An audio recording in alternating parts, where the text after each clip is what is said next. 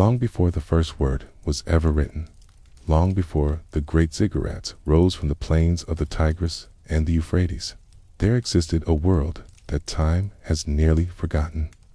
It was a world of reeds and rivers, of mud brick villages clustered along waterways that wound through marshlands like silver threads through green fabric. The sun rose each morning over a landscape that would one day become the birthplace of written history, of mathematics, of law, of everything we now call civilization. But in those earliest days, the people who lived there left no written records of their thoughts or their beliefs. They left only objects, fragments of their existence buried beneath the sands and silts of thousands upon thousands of years. This is the land we now call Mesopotamia, a name given by the ancient Greeks, meaning the land between two rivers. It stretches across what is today modern Iraq, reaching into parts of Syria, Turkey, and Iran. The two great rivers that define this region, the Tigris and the Euphrates, carried life-giving water from the mountains of Anatolia down through vast alluvial plains before emptying into the Persian Gulf. These rivers flooded their banks each spring, depositing rich sediments that made the soil extraordinarily fertile. It was here, in this cradle between the waters, that human beings first gathered in large numbers to farm the land, to build permanent settlements, and to create the complex social structures that would eventually give rise to the first cities the world had ever known. The story of Mesopotamia spans many thousands of years and encompasses numerous cultures that rose and fell like waves upon a shore. The Sumerians built their city-states here, inventing, writing in the process. The Akkadians united the region under the first great empire. The Babylonians gave us the Code of Hammurabi and the Hanging Gardens. The Assyrians constructed palaces of breathtaking grandeur.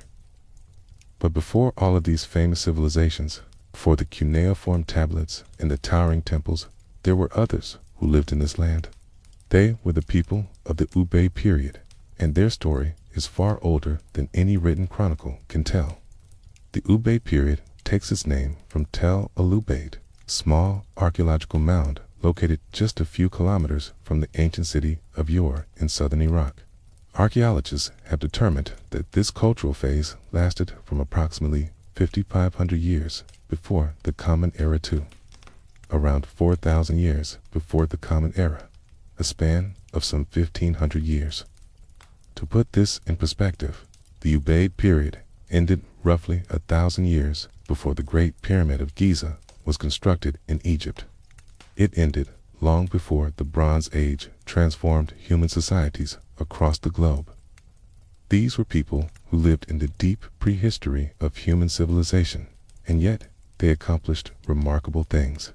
The Ubaid people were among the first in this region to develop sophisticated irrigation techniques, channeling water from the rivers to nourish their crops even during the dry seasons. They cultivated wheat and barley, raised cattle and sheep, and established permanent villages that grew larger and more complex over time. They built temples, the earliest prototypes of the great ziggurats that would later define Mesopotamian architecture. They developed distinctive styles of pottery, painted with geometric patterns that archaeologists can recognize instantly. They traded goods across considerable distances, connecting communities separated by hundreds of kilometers. In many ways, the Ubaid people laid the foundations upon which all subsequent Mesopotamian civilization would be built. But among all the objects they left behind, among all the pottery shards and stone tools and architectural remains, there exists a collection of artifacts that have puzzled and fascinated scholars for more than a century. These artifacts are small clay figurines, typically measuring just a few inches in height. They depict humanoid forms, bodies that are recognizably human in their posture and proportions.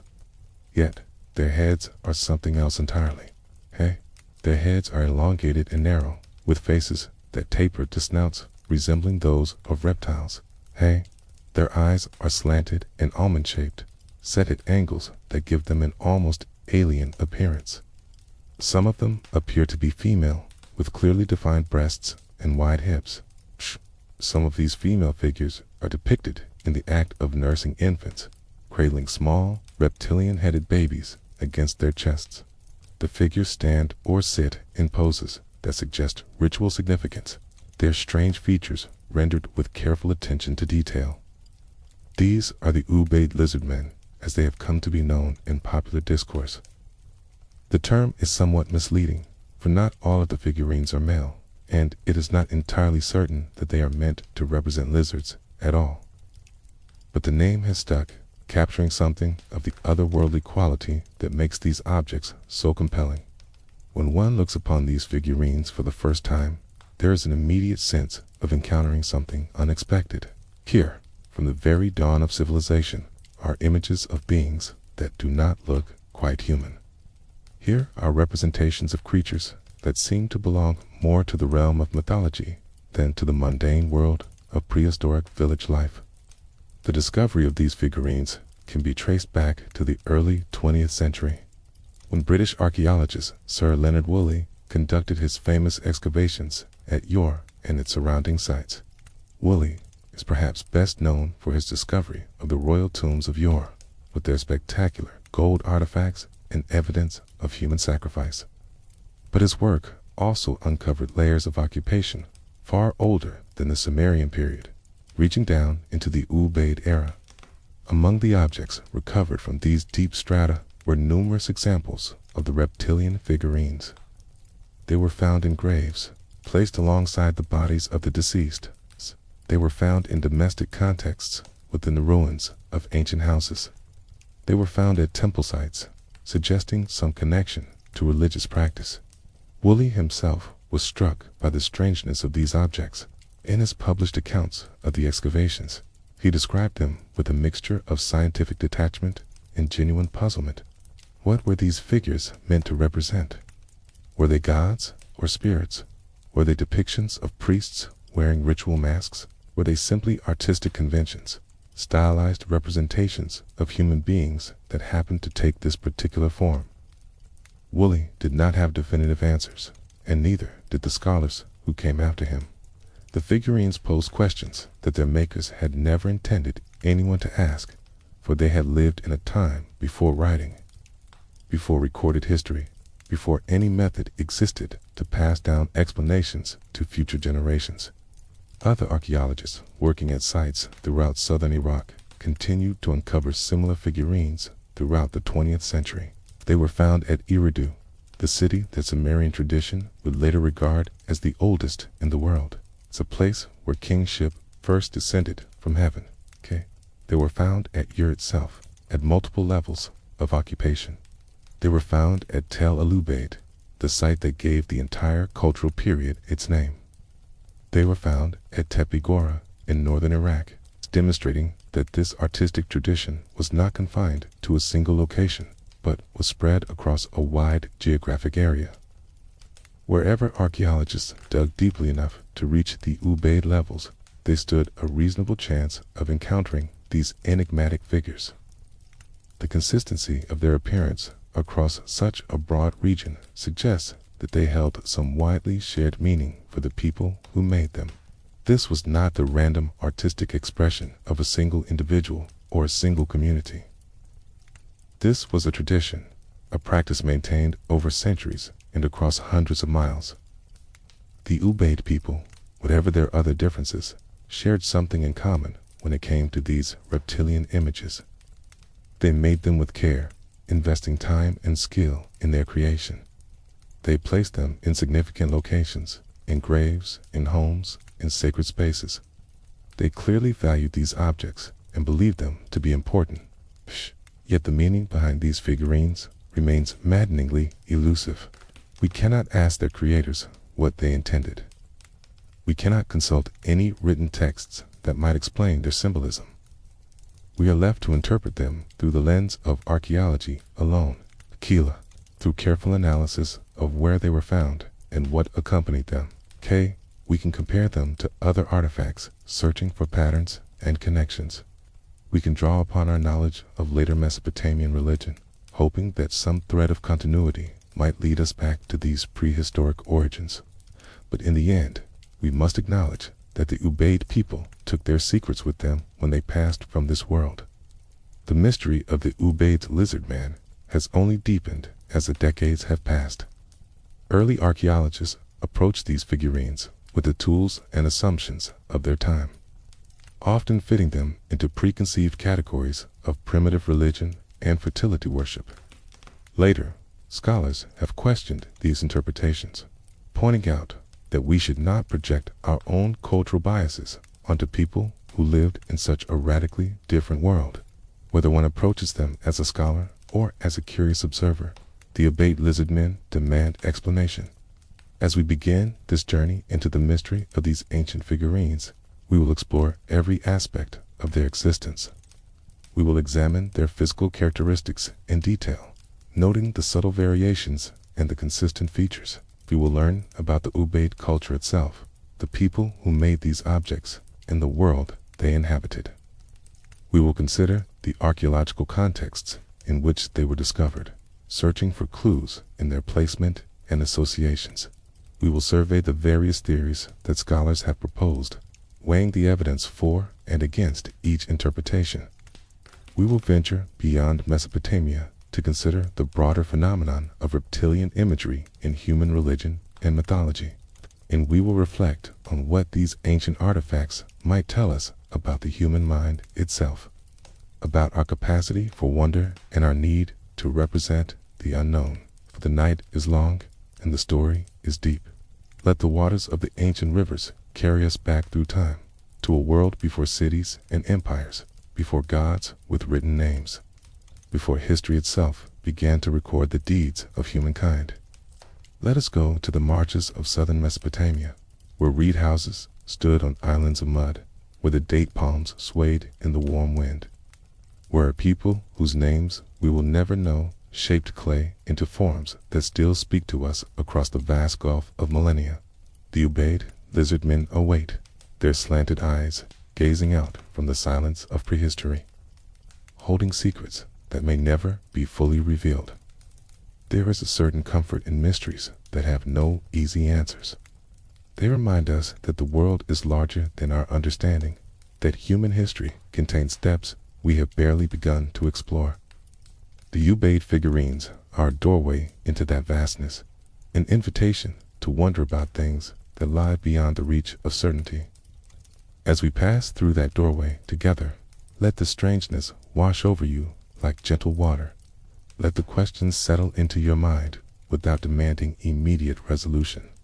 The land between the rivers holds many secrets still, beneath the sands of Iraq, beneath the marches that have endured since time immemorial. There are layers upon layers of human habitation. Each layer tells a story, and some of those stories we may never fully understand. The Ubaid period is one such story, a chapter of human experience that unfolded long before writing could preserve it. The people who lived through that chapter are gone, their voices silenced, their thoughts lost to the ages. But they left behind these small clay figures, these strange and beautiful objects that continue to fascinate everyone who encounters them. These questions will guide us as we continue deeper into the mystery.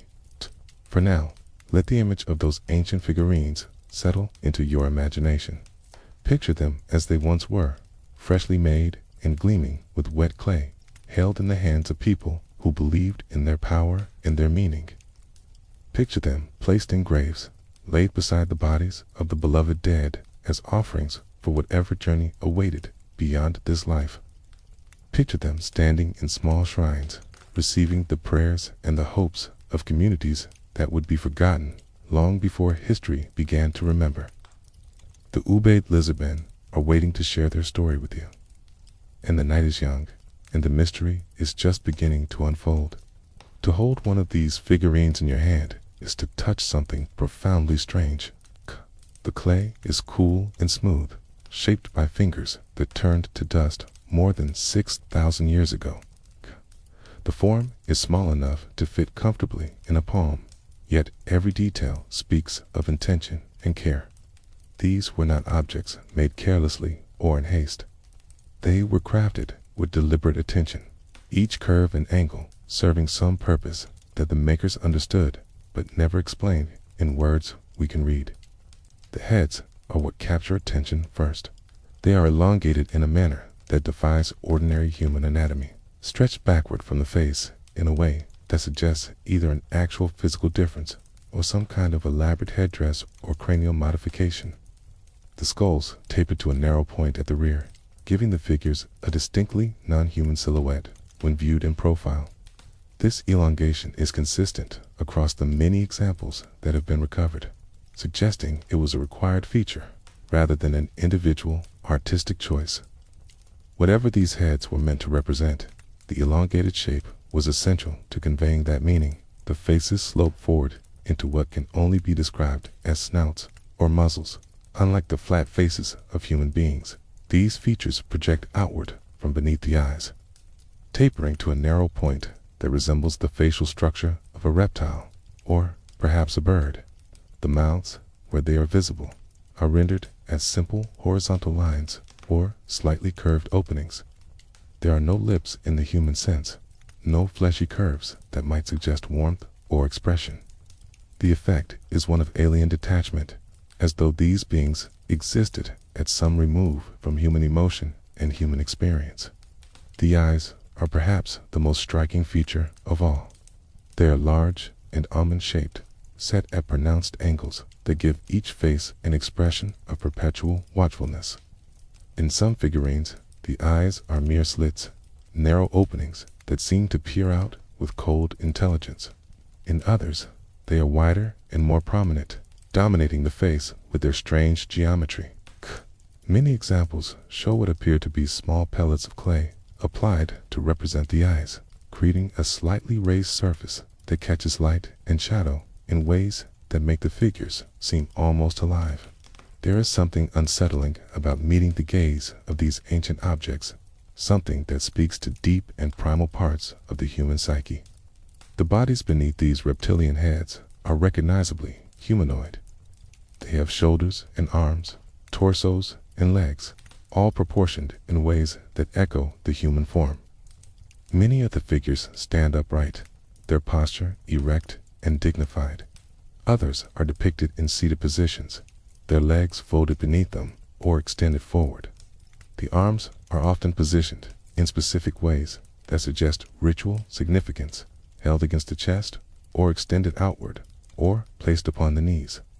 These are not random poses, but deliberate arrangements, repeated across multiple figurines in ways that hint at standardized meanings.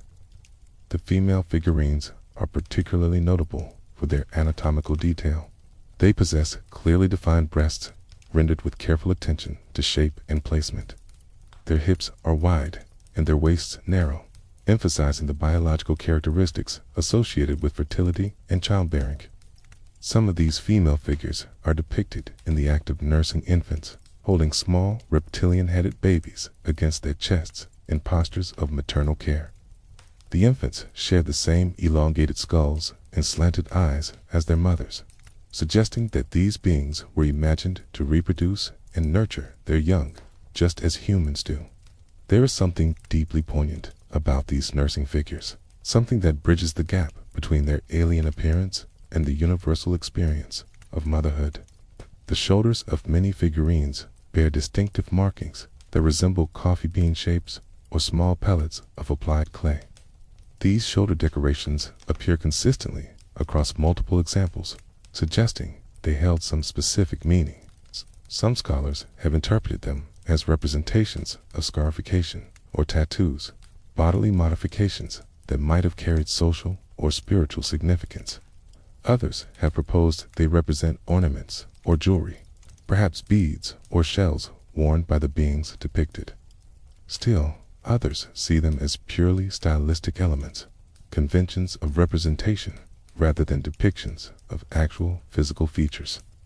The surfaces of the figurines often show traces of pigment, evidence that they were once painted in colors that have largely faded over the millennia. Black paint is the most commonly preserved, used to accentuate features like the eyes and the shoulder markings. Some examples retain hints of other colors as well, suggesting that these objects were once more visually striking than they appear today. The painting was applied after the clay had dried, adding another layer of craftsmanship to objects that already required considerable skill to produce. The clay itself tells a story of local production. Analysis of the material shows that these figurines were made from clays available in southern Mesopotamia. It's the same clays that were used for pottery and for the mud bricks from which houses were constructed. The makers did not import exotic materials from distant lands. They worked with what was available to them, transforming the common earth of their homeland into objects of spiritual or ritual importance. This connection to the local landscape suggests that the figurines were made by the same communities that used them, rather than being traded in from elsewhere. The manufacturing process required several stages of work. First, the clay had to be gathered and prepared, cleaned of impurities, and mixed to the proper consistency. Then the basic form had to be shaped, either by hand modeling alone or with the assistance of simple tools. The fine details of face and body were added through careful manipulation, pressing and pinching and smoothing the clay until it achieved the desired appearance. The figurines were then allowed to dry, a process that required time and attention to prevent cracking. Finally, they were painted with mineral-based pigments, completing their transformation from raw earth into finished objects. The size of these figurines varies somewhat, but most fall within a consistent range. The majority stand between 10 and 15 centimeters tall, small enough to be easily handled and transported. This portable size suggests they may have been personal objects, items that individuals could keep in their homes or carry with them. Larger examples exist as well, though they are less common. The consistency of scale across so many examples points again to a standardized tradition, a shared understanding of how these objects should be made. Some figurines show signs of deliberate breakage, their heads or limbs removed in what appears to be intentional destruction. This pattern has led some researchers to propose that the breaking of figurines was itself a ritual act, perhaps performed at specific moments in ceremonies or at particular points in an individual's life. The intentional destruction of sacred objects is known from many cultures around the world, often associated with releasing the power contained within the object or with marking transitions between different states of being. Whether this interpretation applies to the Ubaid figurines remains uncertain, but the evidence of deliberate breakage is difficult to explain otherwise. Other figurines have been found intact, their forms preserved in remarkable condition despite the passage of thousands of years. These complete examples provide the clearest view of what the makers intended, showing the full integration of all the elements that constitute these strange beings. When one examines an intact figurine, the overall effect is one of coherent design, each feature contributing to a unified whole that is both alien and somehow familiar. The postures of the figurines deserve particular attention. Those that stand do so with a certain formality, their bodies straight and their heads held high. Those that sit often have their hands placed on their knees or held before their chests, positions that suggest prayer or meditation or some other contemplative state. The nursing mothers cradle their infants with tenderness, their alien faces bent toward the small forms they hold. Each posture seems to carry meaning, to communicate something about the nature or the role of the being depicted. There is a quality of stillness to these figurines that transcends their physical form. They do not depict action or movement, but rather states of being, moments of quiet presence that seem to extend into eternity. This stillness contributes to their dreamlike quality, their sense of existing outside ordinary time. When one gazes upon them in the dim light of a museum gallery or in photographs taken of excavated specimens, there is a feeling of encountering something that belongs to a different order of reality, something that exists at the boundary between the mundane and the numinous. The craftsmanship evident in these objects speaks to the importance they held for their makers. No one invests such care in things that do not matter. The Ubaid people who shaped these figurines believed they were creating something significant, something worthy of the time and skill required to produce them. Whether that significance was religious or magical or something else entirely, the figurines themselves testify to a depth of meaning that we can sense even if we cannot fully comprehend it. As we examine these strange faces and bodies, we are engaging in an act of communion across time. We are looking at what the Ubaid people wanted us to see, at the forms they chose to give their visions of the sacred or the supernatural. The figurines are messages in a language we have forgotten, communications from a world that vanished long before writing could preserve its thoughts. Yet the messages remain encoded in clay and pigment, waiting for minds patient enough to receive them. The gender distinctions are particularly intriguing. Male figurines, while less common than female examples, do exist within the corpus. They lack the pronounced breasts and wide hips of their female counterparts, their bodies rendered with straighter lines and narrower proportions. Some male figures appear to hold objects, perhaps tools or weapons or ritual implements, though the details are often too worn or too schematic to identify with certainty. The presence of both male and female examples suggests that whatever beings these figurines represent, they were imagined as a complete society with both sexes present and accounted for. The infants depicted in the nursing scenes are rendered with the same careful attention as the adult figures. Their small bodies are proportioned correctly for newborns, with oversized heads and shortened limbs. Their reptilian features match those of the adults, establishing a biological continuity between generations. These infant figurines are never found alone, but always in the arms of maternal figures, emphasizing the relationship between mother and child. There is something deeply humanizing about these maternal images, despite their alien appearance. The act of nursing is one of the most fundamental expressions of care and connection, a bond that transcends species and spans the entire history of mammalian life. Whatever these beings were meant to represent, they were not cold or distant entities, but beings capable of love and tenderness and the intimate bonds of family. The condition of surviving figurines varies considerably. Some have emerged from the earth almost perfectly preserved, their surfaces intact and their features clearly legible. Others are fragmentary, broken pieces that hint at complete forms now lost.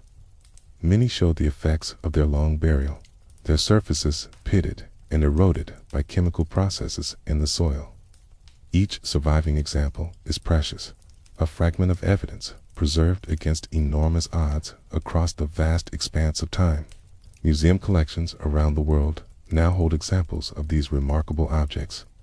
The British Museum in London possesses significant specimens from Woolley's excavations. The Iraq Museum in Baghdad holds many more, though access to these collections has been complicated by the turbulent history of the region.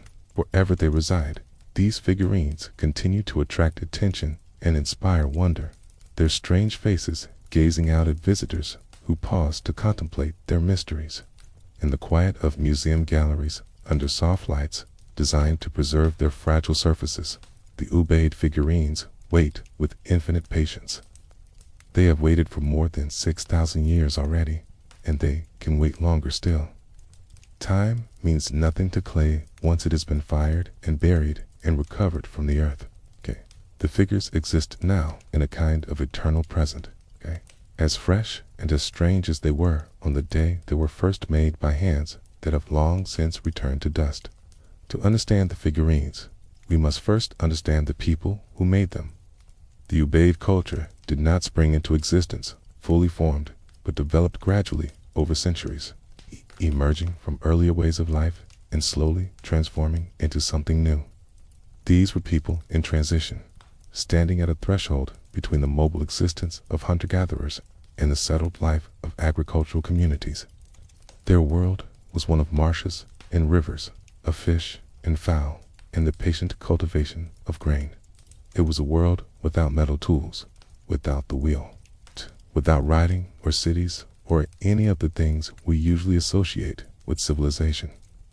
And yet, it was a world of remarkable sophistication, one that laid the groundwork for everything that would follow. The geography of southern Mesopotamia shaped every aspect of Ubaid life. This was not a landscape of rolling hills or dense forests, but a vast alluvial plain, built up over millions of years by sediments deposited by the Tigris and Euphrates rivers. The land was flat and low, much of it barely above sea level. Water was everywhere, flowing through channels and collecting in marshes that teemed with life. Reeds grew in dense thickets along the waterways, their tall stalks swaying in the wind. Date palms rose from the slightly higher ground, their fronds providing shade from the intense Mesopotamian sun. Fish swam into channels, and birds nested among the reeds. Hence, the people who lived here learned to harvest the abundance that surrounded them. The earliest Ubaid settlements were small villages, clusters of houses built from the materials most readily available in a land without stone or timber. That meant mud and reeds. The houses were constructed using a technique still employed in the region today, weaving bundles of reeds into frameworks that were then covered with mud plaster. These structures were surprisingly durable, providing shelter from the summer heat and the winter rains. They were also easy to repair and rebuild, qualities that mattered in a landscape where flooding could destroy homes and where the soft ground slowly subsided under the weight of human habitation. The villages were typically situated on natural rises or on artificial mounds created by generations of building and rebuilding on the same spot. These mounds, called tells in archaeological terminology, grew taller over time as old structures were leveled and new ones erected on top. The tell at Eridu, one of the most important Ubaid sites, rose to a height of several meters above the surrounding plain, its layers recording thousands of years of continuous occupation. Excavating such a mound is like reading a book from the end to the beginning, peeling back successive chapters of human history until one reaches the earliest pages at the bottom. Life in these villages revolved around the twin activities of farming and fishing. The Ubaid people cultivated wheat and barley, crops that have been domesticated farther north in the Fertile Crescent and gradually spread southward into Mesopotamia. Growing grain in this environment required careful management of water, for the rains that fell in winter were not sufficient to sustain crops through the long dry season. The Ubaid people developed simple but effective irrigation techniques, digging channels to direct water from the rivers to their fields. This was labor-intensive work that required cooperation among households and villages, laying the foundation for the more complex social organization that would emerge in later periods. Fishing provided a crucial supplement to the agricultural diet. The rivers and marshes were rich with fish, and the Ubaid people developed sophisticated techniques for catching them. They wove nets from plant fibers and carved hooks from bone. They built boats from bundled reeds, vessels that could navigate the shallow waters of the marshes with ease. The remains of fish bones found in Ubaid settlements speak to the importance of this food source, and depictions of fish appear on Ubaid pottery alongside geometric patterns and other decorative motifs. The waters that surrounded these communities were not barriers, but highways, routes for travel and trade that connected villages across considerable distances. Animal husbandry also played a role in Ubaid subsistence. The people kept cattle, sheep, and goats, animals that provided meat, milk, and hides. The cattle were particularly valuable, their strength useful for agricultural labor, and their products essential for nutrition. Pigs were also kept thriving in the marshy environment that suited their habits. The bones recovered from Ubaid sites show a mix of domesticated and wild animals, evidence that hunting continued to contribute to the food supply even as farming and herding became increasingly important. The material culture of the Ubaid period was characterized by distinctive pottery that archaeologists can recognize at a glance. Ubaid pottery was typically made from a buff or greenish clay, decorated with dark painted designs before firing. The patterns were geometric, consisting of lines and dots and triangles arranged in bands around the vessels. This pottery was well made and consistent in style across a wide geographic area, suggesting either trade networks that distributed vessels from central production sites or, more likely, the spread of a shared ceramic tradition among communities that maintained regular contact with one another. Beyond pottery, the Ubaid people produced a variety of other objects from clay, bone, and stone. They made tools for daily tasks, blades and scrapers, and awls for working various materials. They fashioned ornaments for personal adornment, beads and pendants that may have signified status or identity. They created objects for ritual purposes, including the remarkable figurines that are the focus of our inquiry. Clay was the medium of choice for most of these productions, abundant and versatile, and requiring no specialized resources to obtain. The social organization of Ubaid communities appears to have been relatively egalitarian, at least in the earlier phases of the period. Houses were similar in size and construction, without the marked differences in wealth and status that would characterize later Mesopotamian societies. There is little evidence of powerful rulers or elaborate hierarchies, though some individuals may have held positions of religious or ceremonial authority. The community seems to have operated through cooperation and consensus, with labor shared among households and resources distributed according to need. As the Ubaid period progressed, however, signs of increasing complexity began to appear. Some buildings grew larger and more elaborate, set apart from ordinary domestic structures. These have been interpreted as temples. The earliest examples of the religious architecture that would become so prominent in Mesopotamian civilization, the temple at Eridu, is particularly significant, a sequence of buildings erected one on top of another over many centuries. The earliest of these structures was a simple room with an altar, but later versions became increasingly elaborate, with buttressed walls and offering platforms and other architectural features that would be refined and monumentalized in later periods. The existence of temples suggests the presence of organized religious practice, ceremonies and rituals that brought communities together for purposes beyond the practical necessities of daily survival. Someone had to maintain these sacred spaces to perform the rites that took place within them, to mediate between the human community and the powers they believed governed their world. Whether these individuals were full-time religious specialists or simply community members who took on ritual responsibilities alongside their other duties remains uncertain. But the temples themselves point to a spiritual life of considerable sophistication. Trade connections extended Ubaid influence far beyond its southern Mesopotamian heartland. Ubaid-style pottery has been found along the Persian Gulf Coast, in the highlands of Iran, and even as far as the Indus Valley. Some of this may represent actual movement of goods, but much of it probably reflects the spread of ideas and techniques among communities that were in contact with one another.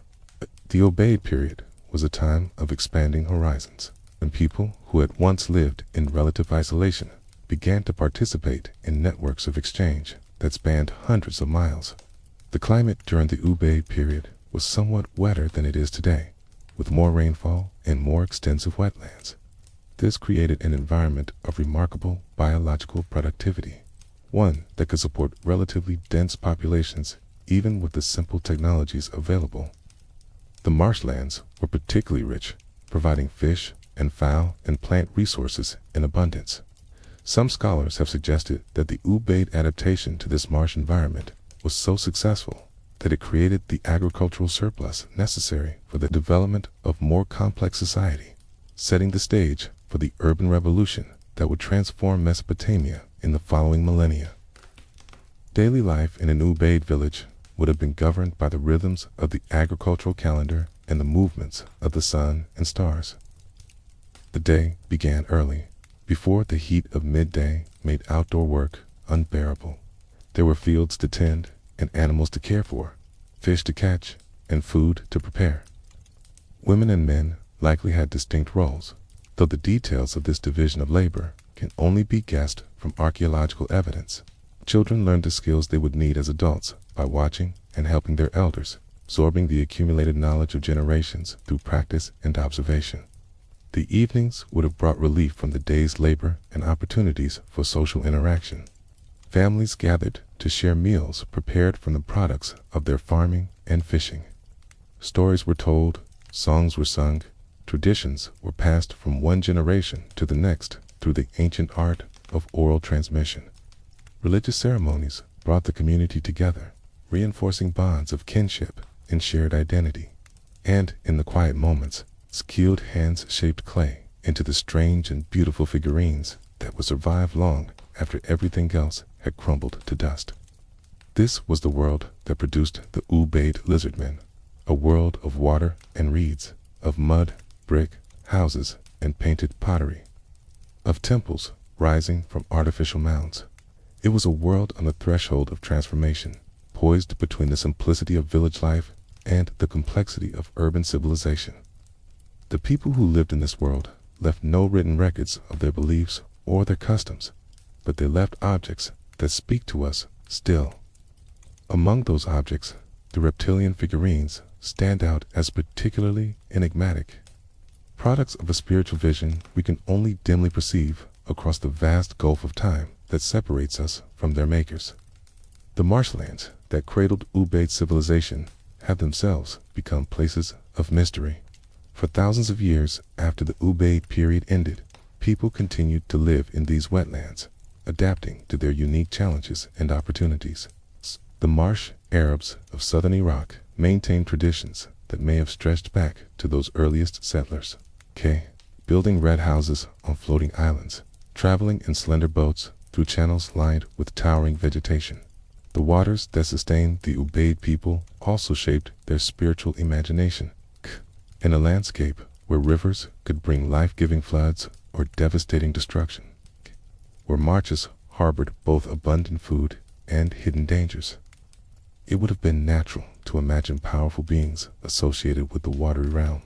Snakes and lizards inhabited the reeds and riverbanks, creatures that seemed to move between the worlds of water and land with ease.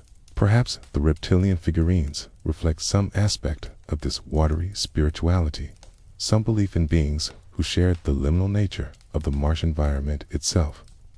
The transition from the Ubaid period to the succeeding Uru period was gradual rather than abrupt. The people did not disappear or move away, but rather transformed, their culture evolving in response to changing circumstances and new ideas. The villages grew larger and more complex, eventually becoming the first true cities the world had ever seen. The temples became ziggurats, towering stepped pyramids that dominated the urban landscape. Writing emerged as a tool for administration and record-keeping, giving voice at last to people who had been silent for millennia. But beneath all these changes, something of the Ubaid foundation remained, preserved in traditions and practices that had been established in those earliest villages among the reeds. The figurines themselves continued to pose their silent questions. What did they mean to the people who made them? What beliefs or experiences did they represent? The answers, if they exist at all, lie buried in the minds of people who lived and died long before history began to record human thoughts. We can study the objects they left behind, analyze their material composition and their archaeological contexts. But the meaning itself, the living significance these figurines held for their original viewers, may be forever beyond our reach. The story of how these figurines came to light is inseparable from the broader history of archaeological exploration in Mesopotamia. For centuries, the tales of Iraq held their secrets beneath layers of accumulated debris, invisible monuments to forgotten civilizations. Local inhabitants knew these mounds existed, had always known, but they had no way of understanding what lay buried within them. It was only when European explorers and scholars began to take interest in the ancient Near East that the process of systematic excavation began, a process that would eventually reveal the Ubaid figurines to the modern world. The 19th century witnessed a great awakening of interest in Mesopotamian archaeology. Venturers and diplomats, driven by a mixture of scholarly curiosity and imperial ambition, began digging into the tales of Iraq in search of the civilizations described in the Bible and in classical texts. Austin Henry Layard uncovered the magnificent palaces of the Assyrian kings at Nimrod and Nineveh. Their walls adorned with carved reliefs depicting royal hunts and military campaigns. Paul Emil Botta excavated at Khorsabad, revealing another Assyrian capital with its colossal winged bulls guarding the gates. These discoveries captured the imagination of the Victorian public and established Mesopotamian archaeology as a field of profound importance. But these early excavators were primarily interested in the monumental remains of historical periods, the spectacular artifacts that could fill museum galleries and demonstrate the glory of ancient empires. The deeper, more humble layers that predated written history received less attention. It was only as archaeological methods became more sophisticated and as scholars began to appreciate the value of understanding cultural sequences rather than simply recovering beautiful objects, that the prehistoric strata began to receive the careful examination they deserved. Sir Leonard Woolley stands as one of the most important figures in the history of Mesopotamian archaeology. Born in London in 1880, Woolley developed an early passion for antiquity that would shape his entire career. He excavated at sites in Egypt, Nubia, and the Near East, honing his skills and developing methods that were advanced for his time. But his most famous work took place at Ur, the ancient Sumerian city located in what is now southern Iraq, where he directed excavations from 1922 to 1934. These 12 seasons of work revealed treasures that astonished the world and established Kia is one of the most important archaeological sites ever discovered. Woolley's excavations at Ur are best known for uncovering the Royal Cemetery, a burial ground dating to around 2,500 years before the Common Era. The tombs contain spectacular gold artifacts, including the famous golden headdress and jewelry of Queen Pwabi, as well as evidence of elaborate funeral rituals in which servants and attendants were buried alongside their royal masters. These discoveries made headlines around the world and secured Woolley's reputation as one of the great archaeologists of his generation. But Woolley was not content to focus solely on the spectacular. He understood that the true value of archaeology lay in reconstructing the full sweep of human history at a site, not just the most glamorous periods, beneath the layers that contained the royal cemetery, beneath the levels of early Sumerian occupation, he and his team dug deeper still, reaching strata that predated writing and civilization itself. It was in these deep levels that they encountered the remains of the Ubaid period, including the enigmatic reptilian figurines that would puzzle scholars for generations to come. The figurines were found in multiple contexts within the Ubaid levels at Ur and the nearby site of Tel el-Ubaid. Some were recovered from graves, placed alongside human burials as offerings or protective talismans for the deceased. Others came from domestic contexts, the ruins of houses where ordinary people had lived their daily lives. Still others were associated with the early temple structures, suggesting a connection to religious practice that may have been central to their meaning. This variety of contexts indicated that the figurines served multiple purposes, or perhaps a single purpose that manifested in different settings. The burial contexts are particularly significant for understanding how the Ubaid people regarded these objects. When someone died in an Ubaid community, they were typically buried beneath the floor of their home or in designated cemetery areas. The body was placed in a flexed position, knees drawn up toward the chest. It was accompanied by grave goods that might include pottery, tools, ornaments, and food offerings. Among these grave goods, the reptilian figurines sometimes appeared, laid near the body, as if to accompany the deceased on whatever journey awaited beyond death. The decision to include a figurine in a burial was not made lightly. These objects required time and skill to produce, making them valuable items that could not be casually discarded. By placing them in graves, the Ubaid people were making a statement about what they believed was important for the dead. What powers or protections they wished to invoke on behalf of those who had passed from this world. Whether the figurines represented deities who would guide the deceased, ancestral spirits who would welcome them, or something else entirely. Their presence in burials speaks to a belief in their efficacy and importance. The domestic finds present a different set of interpretive challenges. Figurines discovered in houses might have served as household guardians, protected presences that watched over the living and warded off malevolent forces. They might have been objects of personal devotion, focal points for prayers and offerings directed toward whatever beings they represented. They might have been associated with specific individuals or families, passed down through generations as sacred heirlooms.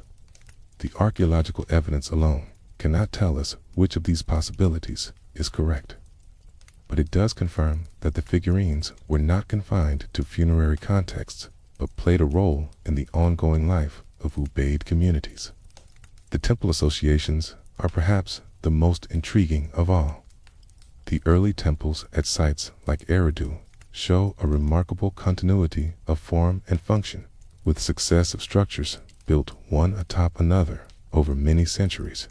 These were sacred spaces, set apart from ordinary domestic architecture and dedicated to purposes that transcended everyday concerns. The presence of reptilian figurines in or near these temples suggests that the beings they represented were part of the religious worldview that these buildings served. They may have been offerings left by worshippers, cult images maintained by ritual specialists, or representations of the divine beings to whom the temples were dedicated.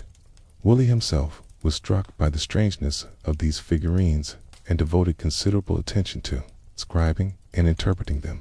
In his published reports and popular accounts of his work at Jor, he noted the distinctive features that set them apart from other Ubaid artifacts. He observed the elongated heads and slanted eyes, the reptilian snouts, and the careful rendering of female anatomical features. He recognized that these were not casual productions, but objects made with intention and skill, and he puzzled over what they might mean. The grave goods that accompanied the figurines provide additional clues about their significance. Burials containing reptilian figurines often also included pottery vessels, perhaps intended to hold food and drink for the deceased. Stone and bone tools were sometimes present, implements that might serve the dead in an afterlife imagined as a continuation of earthly existence. Beads and ornaments suggest concern for the appearance and status of the deceased, a desire to send them into the next world properly adorned. The figurines fit into this assemblage as objects of spiritual or protective value, items whose presence was thought to benefit the dead in some meaningful way. The distribution of figurines across the Ubaid cultural area demonstrates that they were not unique to Ur, but were part of a widespread tradition. Sites throughout southern Mesopotamia and beyond have yielded examples, each adding to our understanding of this phenomenon. At Eridu, considered by later Sumerians to be the oldest city in the world, figurines were found in association with the temple sequence, reinforcing the religious interpretation. At Tepe Gora in northern Iraq, figurines appeared in contexts that suggested they were equally important to communities far from the southern heartland. This geographic spread indicates that whatever beliefs or practices the figurines represented, they were shared across a broad cultural horizon. The stratigraphy of the sites where figurines have been found allows archaeologists to place them within a chronological framework. The earliest examples appear in the middle phases of the Ubaid period, roughly 5,000 years before the Common Era. They continued to be made throughout the later Ubaid phases, disappearing from the archaeological record as the Ubaid culture gave way to the Uruk period around 4,000 years before the Common Era. This time span of approximately 1,000 years indicates that the figurine tradition was remarkably stable, maintained across many generations without fundamental change in form or, presumably, meaning. The excavation techniques employed by Woolley and his contemporaries were good for their time, but would be considered crude by modern standards. Much contextual information that would be valuable today was not recorded or was recorded incompletely. The precise positions of figurines within graves, their orientations relative to the bodies, the specific layers from which they came within house ruins. All of these details might tell us more about how the figurines were used and regarded, but many were not captured with the precision that contemporary archaeology would demand. We must work with the records we have, acknowledging their limitations while extracting what insights we can. Later excavations, conducted with more rigorous methods, have added to our knowledge while confirming the patterns observed by earlier researchers. Figurines continue to appear in the three main contexts identified by Woolley: burials, houses, and temples. Their features remain consistent with those documented in the original discoveries: the same elongated heads and slanted eyes and reptilian faces. Each new find adds another data point to the picture, but the fundamental mystery remains unchanged. We know where these objects were found and what accompanied them, but we still do not know with any certainty what they meant to the people who made and used them. The physical context of archaeological discovery shapes how we understand the past. An object torn from its original setting loses much of its meaning, becoming a curiosity rather than a window into another world. The Ubaid figurines that rest in museum collections today are separated from the graves and houses and temples where they once belonged, isolated from the pottery and tools and bones that surrounded them. Yet, even in their museum cases, they retain something of their original power, their strange faces gazing out at visitors who sense, perhaps without fully understanding, that they are encountering something significant, something that speaks to questions as old as humanity itself. The soil of Mesopotamia continues to yield new discoveries. Despite decades of excavation and study, vast areas remain unexplored, their tales hiding secrets that future generations may yet uncover. Political instability and conflict have interrupted archaeological work in Iraq, but they have not ended it entirely. When conditions permit, researchers return to the field, armed with new technologies and new questions, seeking to expand our understanding of the ancient cultures that flourished between the rivers. Each season of excavation has the potential to reveal new examples of the reptilian figurines, new contexts that might shed light on their meaning. The care with which these figurines were made and deposited speaks to their importance in Ubaid society. These were not idle creations, but purposeful objects, crafted according to established conventions and placed in significant locations. The dead were not buried with random items, but with things deemed necessary or beneficial for their journey beyond life. The temples were not decorated with casual images, but with representations of beings considered worthy of worship or veneration. The homes were not filled with meaningless trinkets, but with objects that served practical or spiritual functions in the daily lives of their inhabitants. Understanding the archaeological context of the Ubaid figurines is essential for any interpretation of their meaning. We cannot simply look at these objects in isolation, admiring their strangeness without considering the world from which they came. They emerge from a specific culture at a specific time, created by people who held specific beliefs about the nature of reality and the forces that governed their lives. The graves, houses, and temples where they were found are not incidental details, but crucial evidence, clues that help us narrow the range of possible interpretations and approach. However, tentatively, the truth of what these remarkable objects meant to those who made them so many thousands of years ago. Scholars have grappled with the meaning of the Ubaid figurines for more than a century, proposing interpretations that range from the prosaic to the profound. Each generation of researchers has brought new perspectives and new theoretical frameworks to bear on these ancient objects, yet no single explanation has achieved universal acceptance. The figurines remain stubbornly enigmatic, resisting our efforts to fit them neatly into categories we understand. This very resistance is part of what makes them so fascinating, so worthy of continued contemplation and study. The earliest interpretations drew upon frameworks that were common in late 19th and early 20th century archaeology. Scholars of that era were deeply influenced by evolutionary models of human society, viewing prehistory as a progression from primitive to advanced stages of development. Religion, in this view, evolved from simple animism and nature worship toward the more complex theologies of historical civilizations. The Ubaid figurines, emerging from a prehistoric context, were naturally interpreted through this lens as products of a primitive religious consciousness. Attempts by early humans to represent the forces of nature that governed their lives. The mother goddess hypothesis was among the first serious attempts to explain these and similar figurines from the ancient Near East. Proponents of this view noted the prominence of female figurines in prehistoric assemblages and interpreted them as representations of a great goddess associated with fertility, agriculture, and the regenerative powers of nature. The nursing mothers among the Ubaid figurines seemed to support this interpretation. Their emphasis on breasts and maternal functions, suggesting a focus on reproduction and nurturing. The reptilian features in this view might represent aspects of the goddess's nature or her associations with the creatures of the earth and water.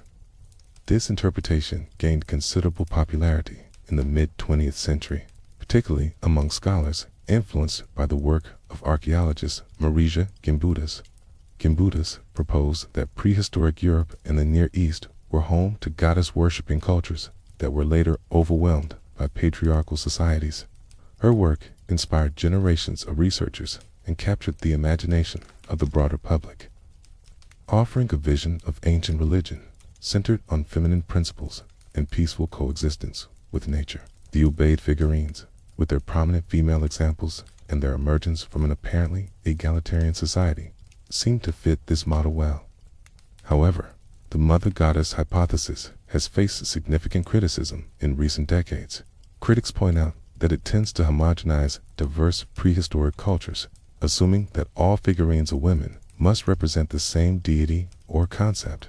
The actual evidence from Ubaid sites does not clearly support the existence of an organized goddess cult, and the reptilian features of the figurines are difficult to reconcile with the typical representations of fertility deities.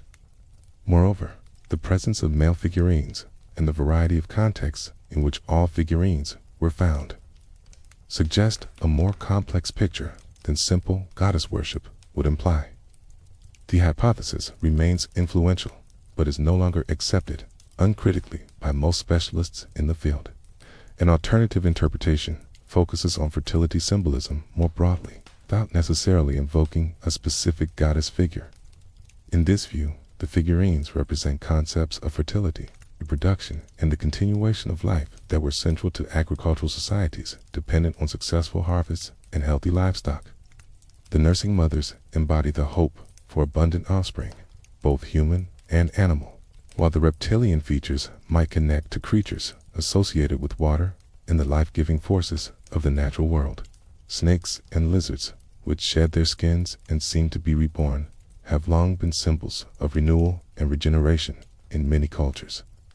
This fertility interpretation has the advantage of not requiring us to assume the existence of a specific deity or organized religion.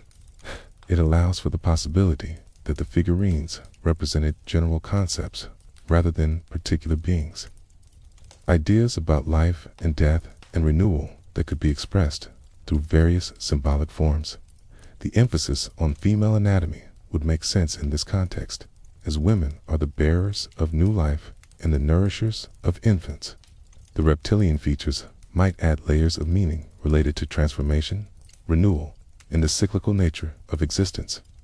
A quite different approach interprets the figurines as representations of shamanic transformation or altered states of consciousness.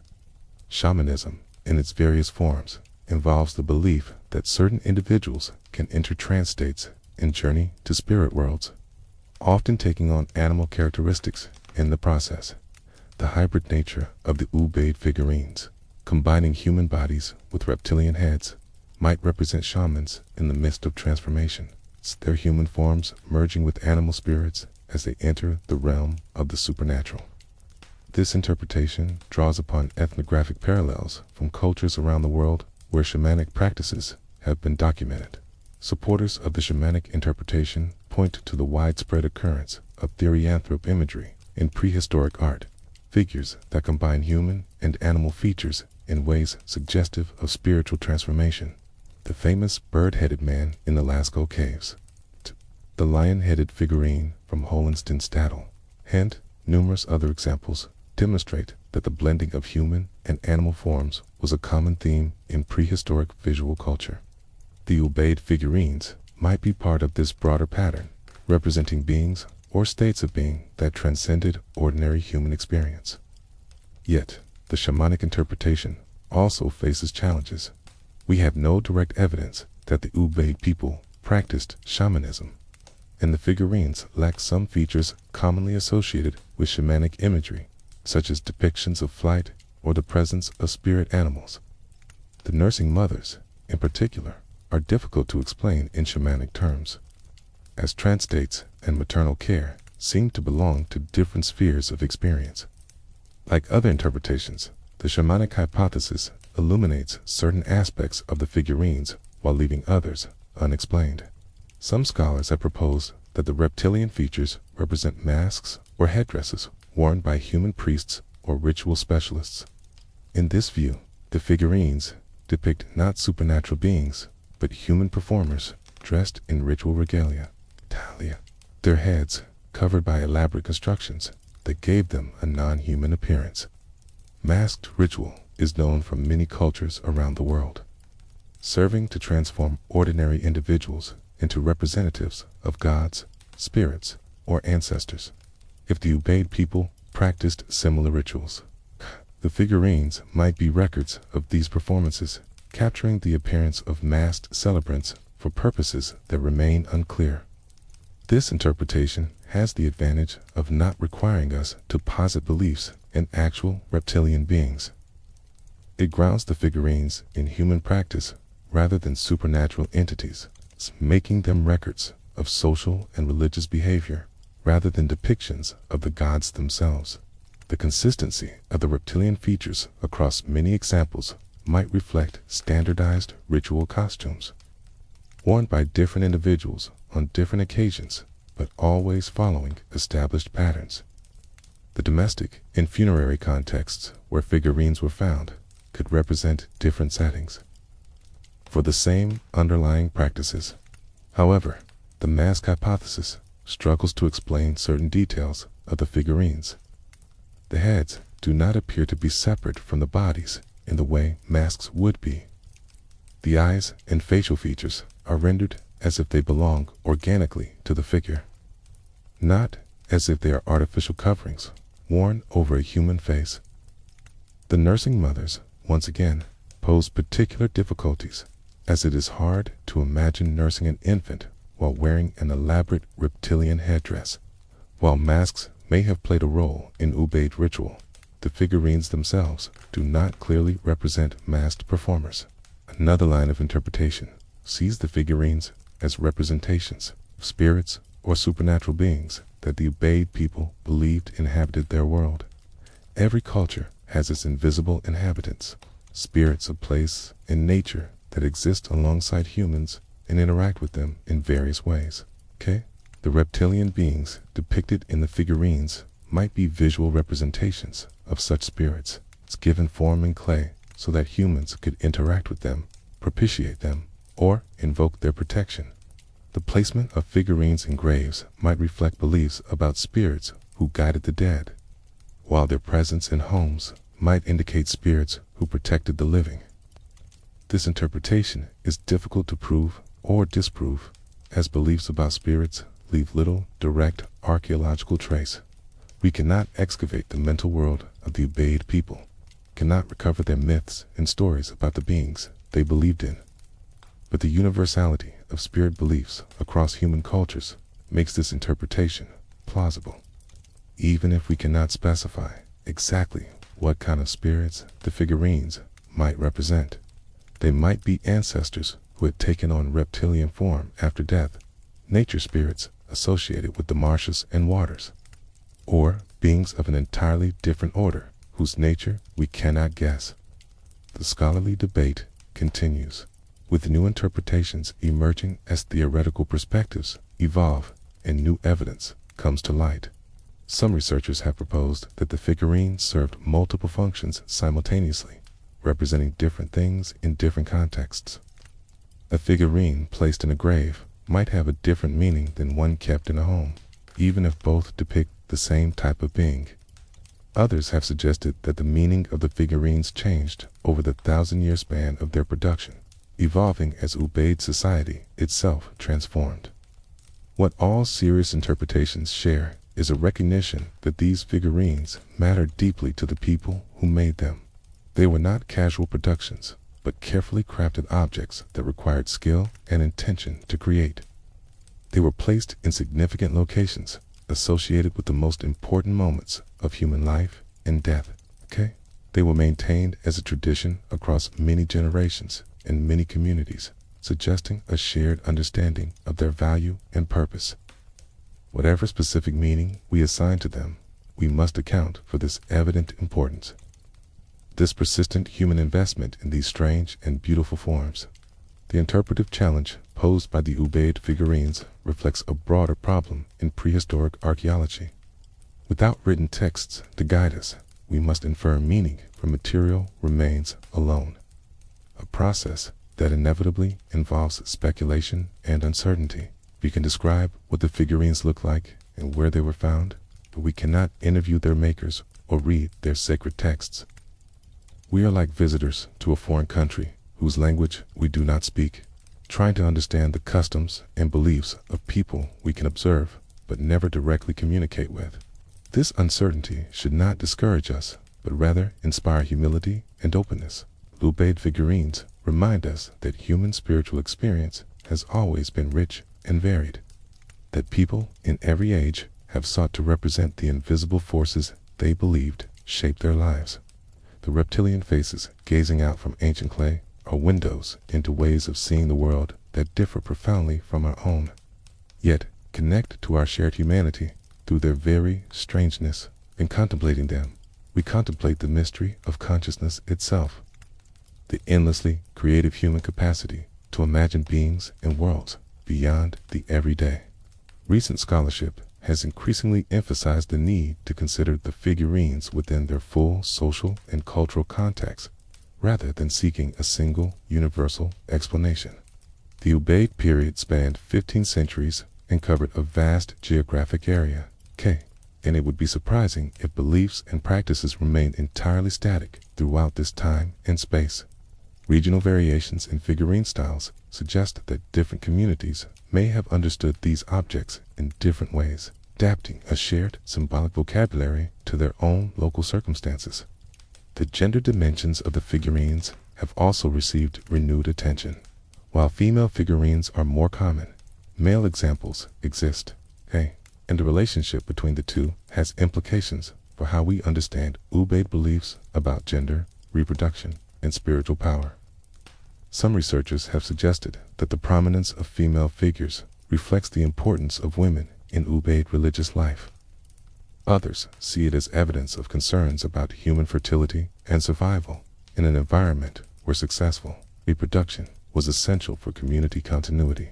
The question of agency also deserves consideration. Who made these figurines, and for what purposes?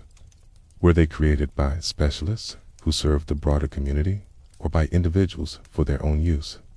The answers would tell us much about the social organization of Ubaid religious life, but the archaeological evidence does not yet provide clear answers.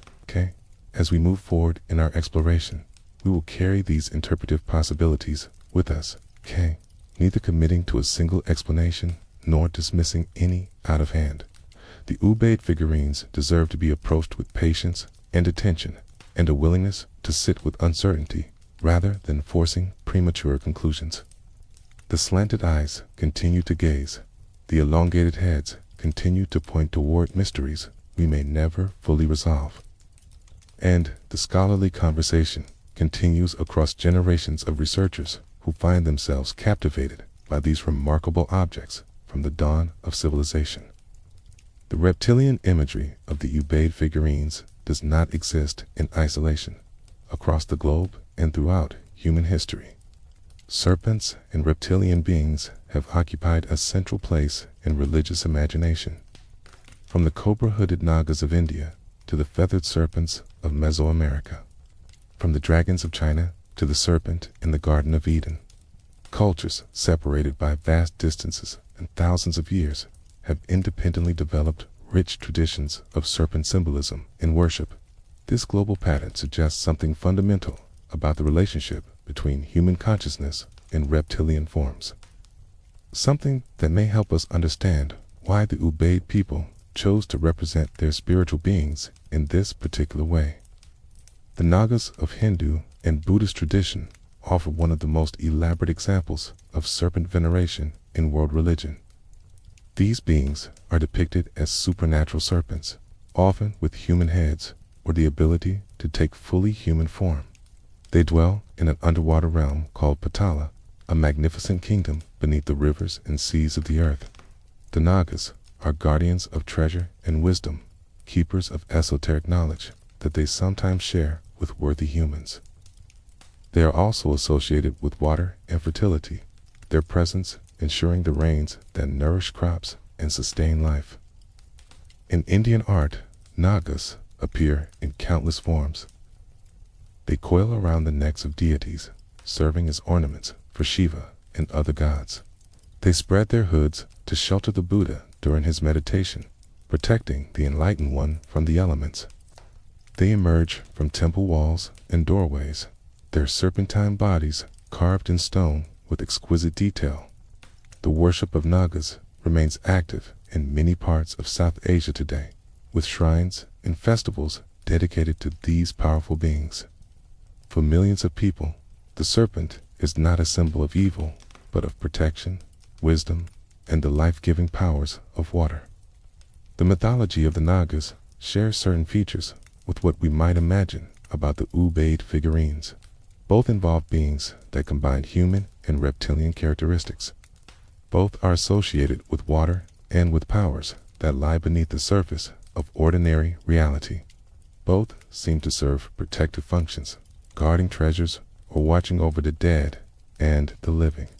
The parallels are not exact, and we should be cautious about drawing direct connections between cultures separated by such vast distances in space and time. But the similarities suggest that there may be something about the serpent form that naturally lends itself to certain kinds of religious imagination.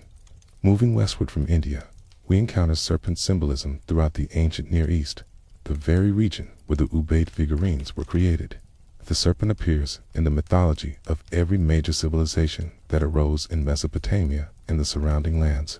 In Sumerian tradition, which emerged directly from the Ubaid cultural foundation, serpentine deities played important roles.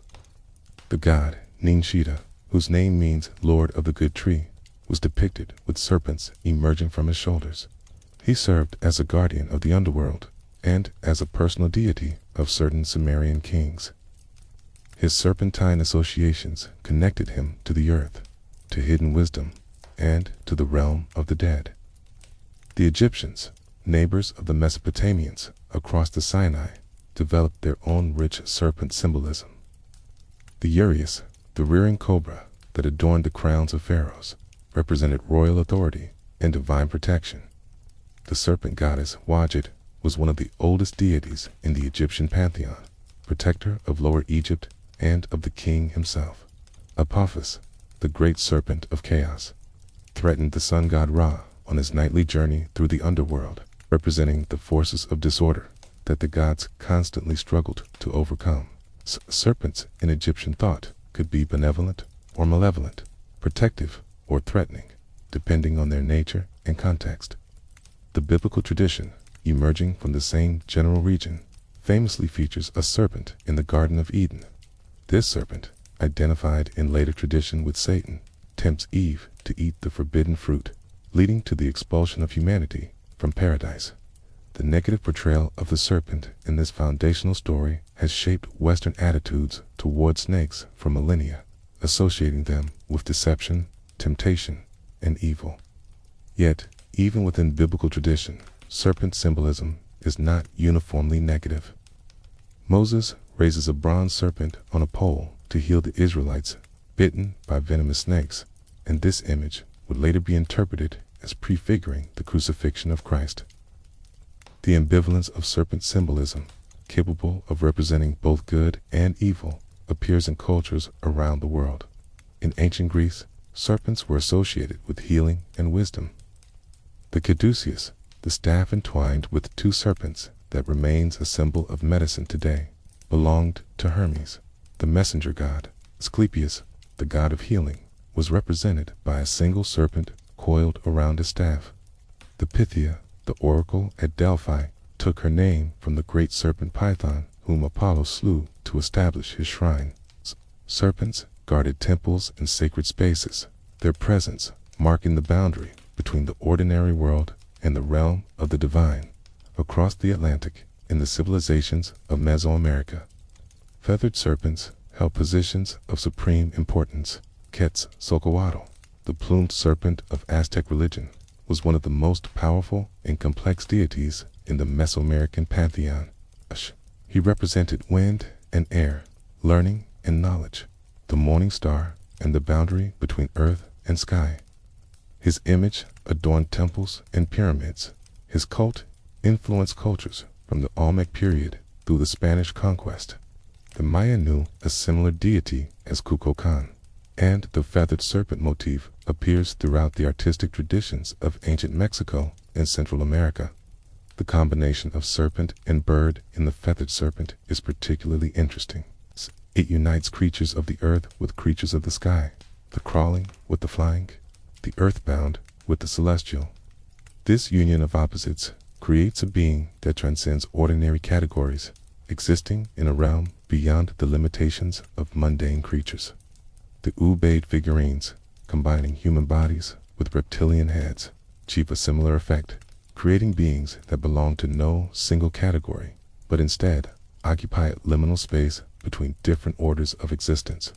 In the Far East, dragons represent the culmination of serpent symbolism.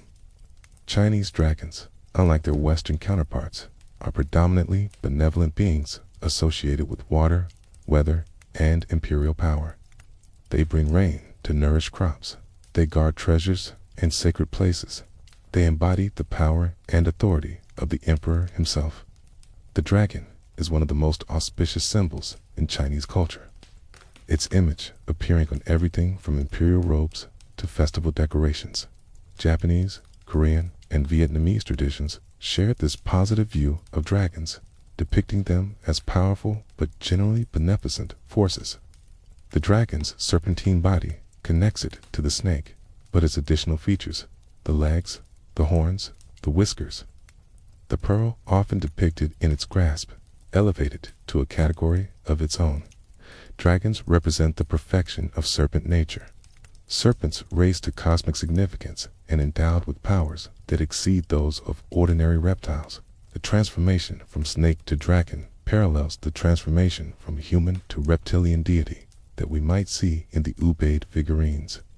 The elevation of familiar forms to supernatural significance. Why do serpents and reptilian beings appear so consistently in human religious imagination?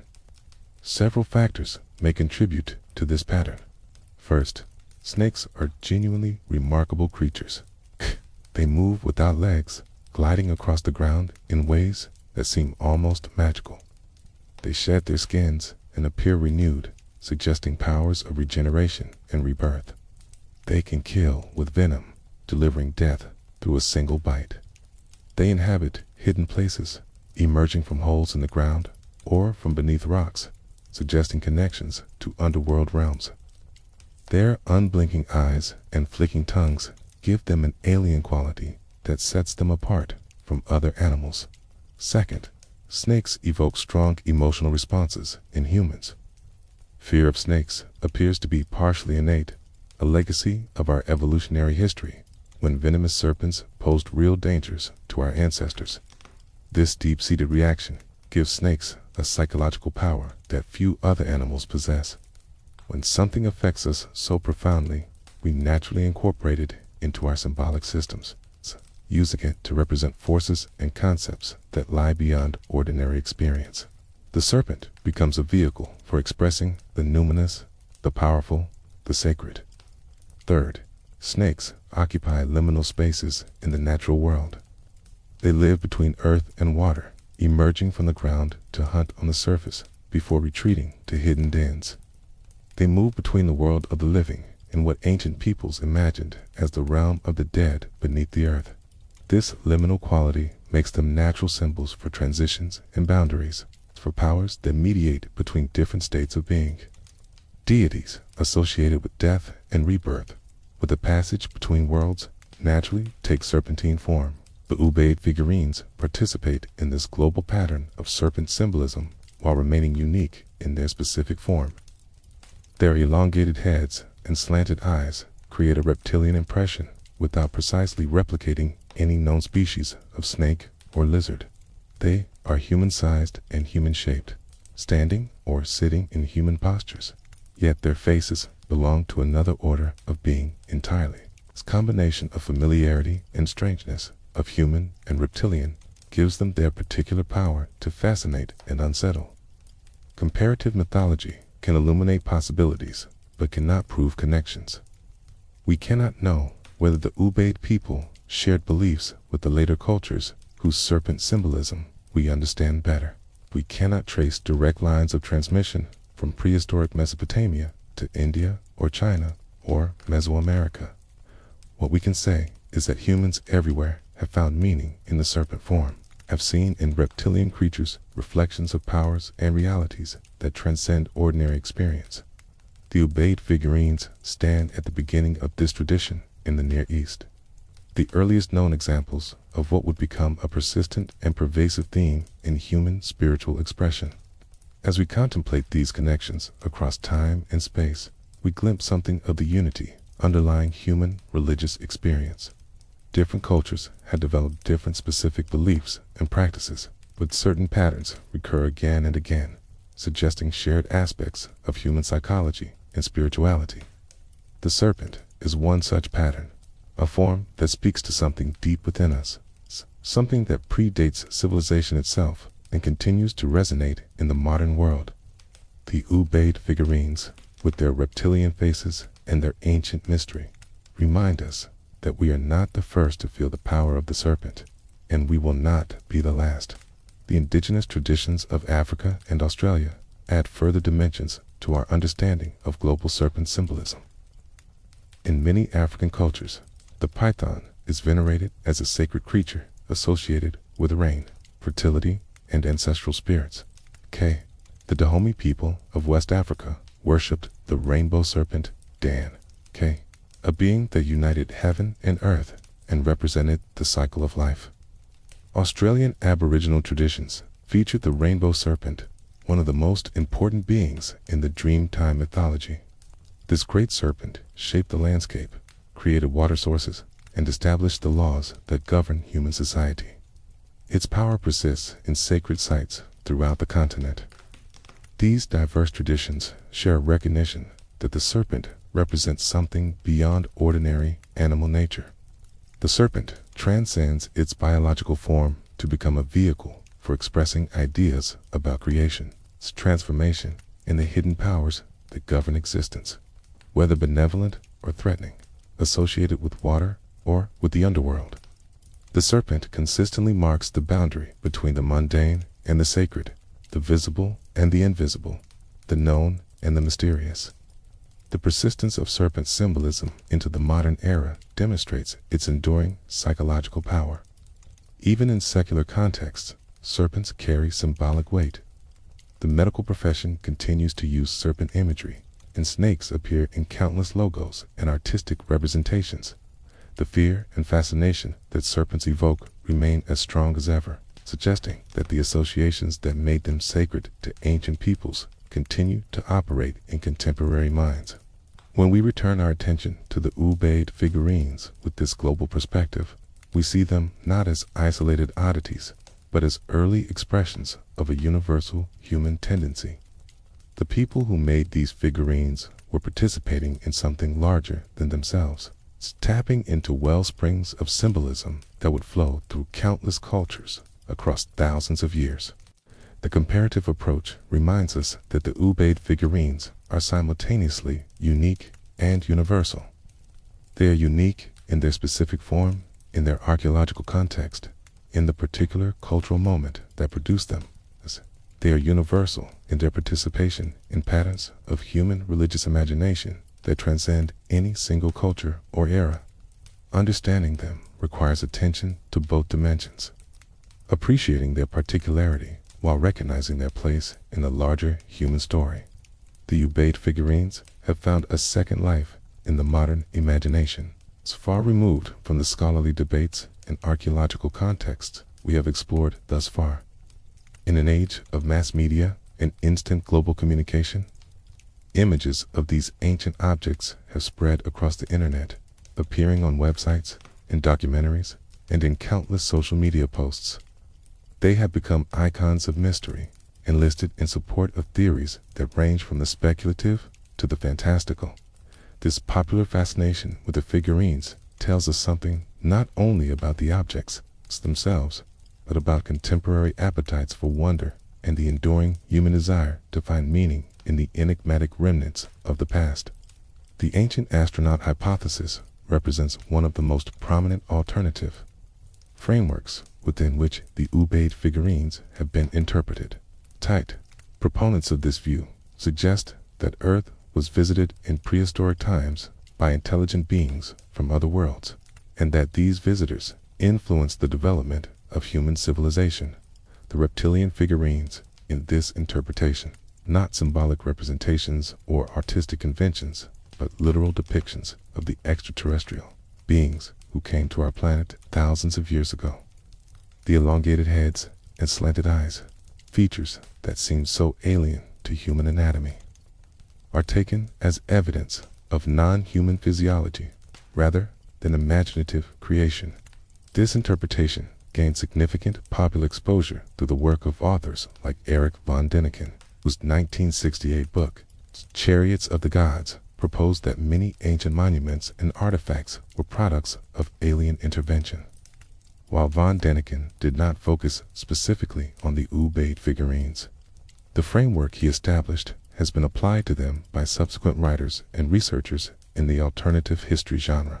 The argument typically proceeds by noting the strangeness of the figurines, emphasizing their non-human features, and suggesting that the most parsimonious explanation is that they depict actual beings encountered by the Ubaid people. Television programs exploring ancient mysteries have brought these ideas to millions of viewers. Shows dedicated to investigating unexplained phenomena regularly feature the Ubaid figurines, presenting them alongside other artifacts claimed to show evidence of prehistoric contact with non-human intelligences. The visual impact of the figurines makes them ideal for television. Their strange faces, instantly recognizable and inherently intriguing. Viewers who may never have heard of the Ubaid period or Mesopotamian prehistory find themselves confronted with images that seem to demand explanation. And the ancient astronaut hypothesis offers an explanation that is dramatic and compelling, even if it is not accepted by mainstream scholarship. The internet has amplified this phenomenon exponentially. Websites devoted to alternative history and unexplained mysteries feature extensive discussions of the figurines, complete with photographs and speculative interpretations. Social media platforms allow these images and ideas to spread virally, reaching audiences far larger than any academic publication could hope to achieve. A search for Ubaid figurines or lizard people of ancient Mesopotamia returns thousands of results, most of them situated within the alternative history framework rather than the scholarly one. For many people, their first encounter with these remarkable objects comes through these channels, shaping their understanding in ways that may be difficult to revise. A related but distinct strand of modern fascination involves conspiracy theories about reptilian beings who, allegedly control human society from behind the scenes. These theories, popularized by figures like David Icke, propose that shape-shifting reptilian entities have infiltrated positions of power around the world, manipulating governments, economies, and media for their own purposes. The Ubaid figurines are sometimes cited as ancient evidence for this alleged reptilian presence, proof that humans have known about these beings for thousands of years, even if that knowledge has been suppressed or forgotten by mainstream culture.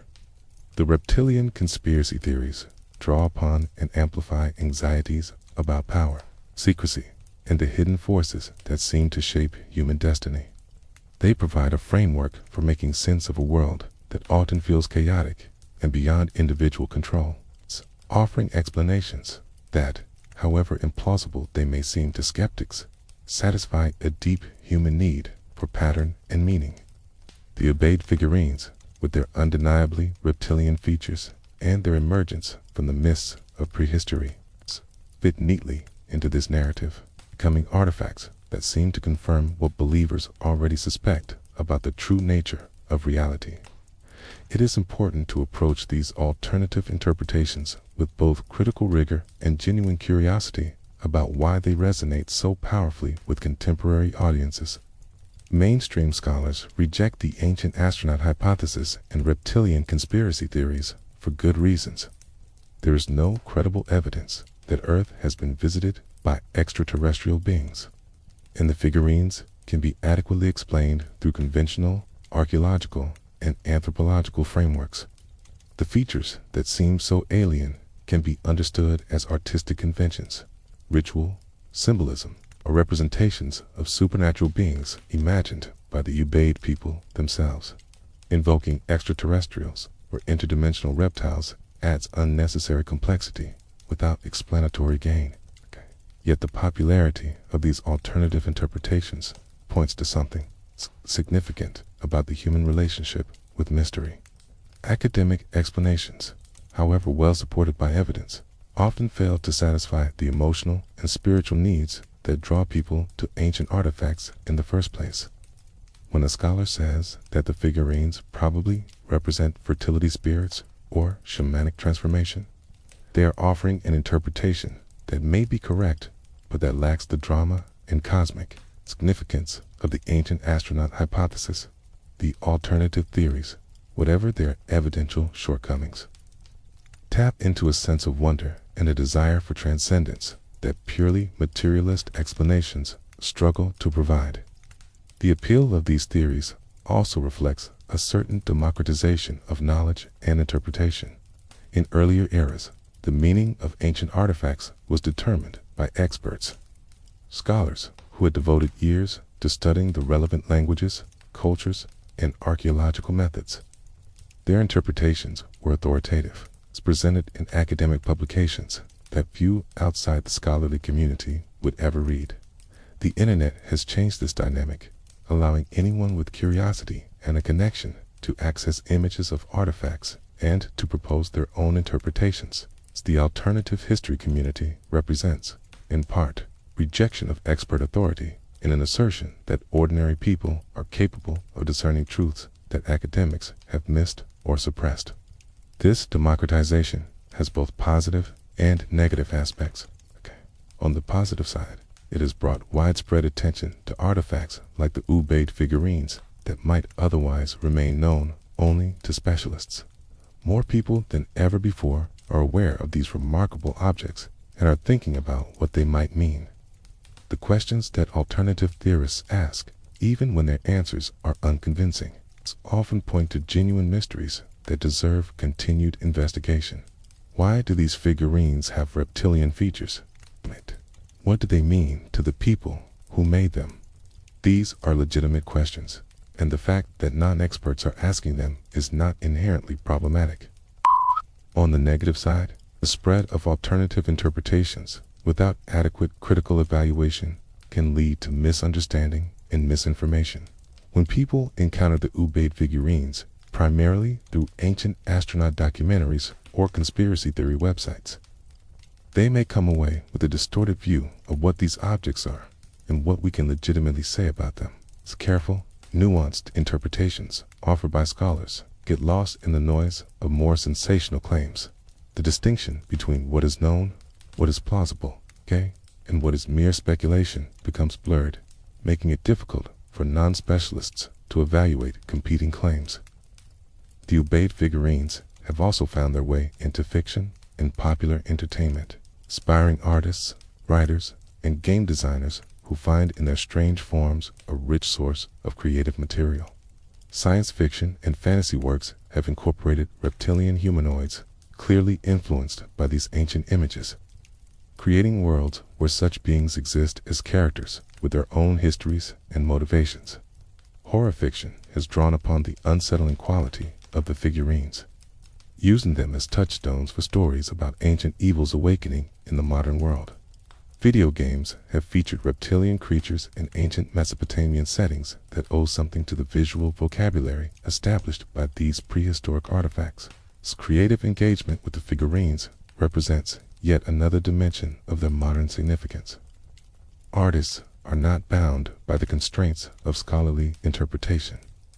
They are free to imagine what these beings might have been, to give them voices and stories and personalities that fill the silence left by the absence of written records. In doing so, they keep the figurines alive in cultural memory, ensuring that new generations will encounter these images and wonder about their meaning. The line between scholarly investigation and creative imagination is not always clear. Both contribute to the ongoing cultural presence of these ancient objects. The psychological dimension of fascination with reptilian imagery deserves attention as well. Evolutionary psychologists have suggested that humans have an innate tendency to perceive and remember snakes and other potentially dangerous animals, a legacy of our ancestors' need to avoid predators. This perceptual bias may contribute to the power of reptilian imagery, making figures with snake-like or lizard-like features particularly memorable and emotionally resonant. The Ubaid figurines may tap into these deep psychological responses, evoking reactions that go beyond what their artistic merits alone would warrant. The Canny Valley effect may also play a role in our response to these figurines. This concept, developed in robotics research, describes the discomfort people feel when confronted with entities that are almost but not quite human. The Ubaid figurines, with their human bodies and reptilian heads, occupy precisely this uncanny space. They are familiar enough to be recognizable as representations of beings rather than abstract forms, yet alien enough to provoke unease. This combination of familiarity and strangeness may account for some of the emotional impact these objects have on modern viewers. Whatever we make of the alternative interpretations that have proliferated around the Ubaid figurines, we must acknowledge their power to captivate human imagination across the millennia. Objects made by anonymous craftspeople in prehistoric villages have become global icons of mystery, reproduced in countless media and discussed by millions of people who will never visit a museum or read an archaeological report. This enduring fascination is itself a phenomenon worthy of study, telling us as much about contemporary culture as it does about the ancient past. The night is deep, and mysteries multiply rather than resolve. The Ubaid figurines gaze out from museum cases and computer screens alike, their slanted eyes holding secrets that may never be fully revealed. Scholars continue their patient work of analysis and interpretation, while alternative theorists spin their own narratives of cosmic significance. The figurines themselves remain silent, as they have for more than 6,000 years, their meaning locked within forms that refuse to yield a single definitive answer. Perhaps that is as it should be. Perhaps the greatest mysteries are those that remain open, inviting each generation to bring its own questions and find its own meanings in the enigmatic faces of the ancient past. The tension between scholarly and popular interpretations reflects a broader cultural conversation about how we relate to the unknown. In an age when science has explained so much of the natural world, there remains a hunger for mystery, for phenomena that resist easy categorization and logical explanation. The Ubaid figurines satisfy this hunger in ways that few other ancient artifacts can match. Their strangeness is undeniable, their meaning genuinely uncertain, their origin deep enough in time to feel almost mythological rather than historical. The modern fascination with these figurines also reveals something about our collective anxieties and aspirations. The ancient astronaut hypothesis speaks to a desire for connection with something greater than ourselves, for evidence that humanity is not alone in the cosmos. The reptilian conspiracy theories, however troubling in their implications, express fears about hidden powers and lost autonomy that many people feel in an increasingly complex and interconnected world. Even the scholarly interpretations, with their emphasis on fertility and spirituality, reflect contemporary interest in understanding the religious lives of ancient peoples. We project our own concerns onto the blank faces of the figurines, reading in their features the answers we most want to find. A tease, this is not a failing, but a fundamental aspect of how humans relate to the past. Every generation reinterprets the artifacts of earlier eras through the lens of its own preoccupations and values. The Ubaid figurines have proven remarkably adaptable to this process. Their ambiguity, allowing them to serve as screens for countless projections while retaining their essential mystery intact. They will continue to fascinate for as long as humans remain curious about the strange and the unexplained, which is to say, forever. The Ubaid period did not end abruptly, but faded gradually into something new. A transformation that archaeologists mark by changes in pottery styles and settlement patterns, but that must have been imperceptible to the people living through it.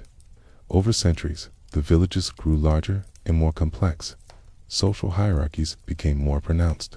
Temples expanded into monumental structures, visible for miles across the flat Mesopotamian plain. By around 4,000 years before the Common Era, the Ubaid culture had given way to what scholars call the Uruk period. And from this Uruk foundation would emerge the world's first true civilization, the land of Sumer. The Sumerians present us with a remarkable gift that the Ubaid people could not provide: Ubaid writing. Around 3,200 years before the Common Era, scribes in the Sumerian city-states began pressing wedge-shaped marks into clay tablets, creating the cuneiform script that would remain in use for 3,000 years. For the first time in human history, thoughts could be recorded and preserved, transmitted across space and time without the distortions of oral tradition. The myths and beliefs of the Sumerians were committed to tablets, giving us direct access to the religious imagination of an ancient people in ways that prehistory can never offer. The question of continuity between Ubaid and Sumerian religion remains a subject of scholarly debate. The Sumerians themselves seem to have arrived in Mesopotamia from somewhere else, their language unrelated to any other known tongue. Yet, they built upon foundations laid by the Ubaid people, occupying the same sites, continuing the temple traditions and inheriting cultural practices that had developed over the preceding millennia. Whatever the ethnic or linguistic relationship between these populations, cultural transmission clearly occurred, and some elements of Ubaid belief may have survived into the Sumerian religious system. Among the Sumerian deities, several display serpentine associations that resonate intriguingly with the Ubaid figurines. Ning-Shida, whose name means Lord of the Good Tree, was depicted with serpents rising from his shoulders, their bodies intertwining behind his head in a manner that gave him a distinctive appearance among the Mesopotamian gods. He served as a guardian of the underworld, a psychopomp who escorted the dead to their final destination. His serpentine attributes connected him to the earth, to hidden realms beneath the surface, and to powers of regeneration and transformation. The iconography of Ning-Shida appears on cylinder seals and relief carvings, showing a humanoid figure with snakes emerging from his body. The serpents are not incidental decorations, but essential aspects of his nature, marks of his identity that distinguished him from other deities. When worshippers saw these images, they understood immediately whom they represented. The serpentine features were meaningful, carrying associations with specific powers and domains that the god was believed to control. Could similar meanings have attached to the reptilian features of the Ubaid figurines 1500 or more years earlier?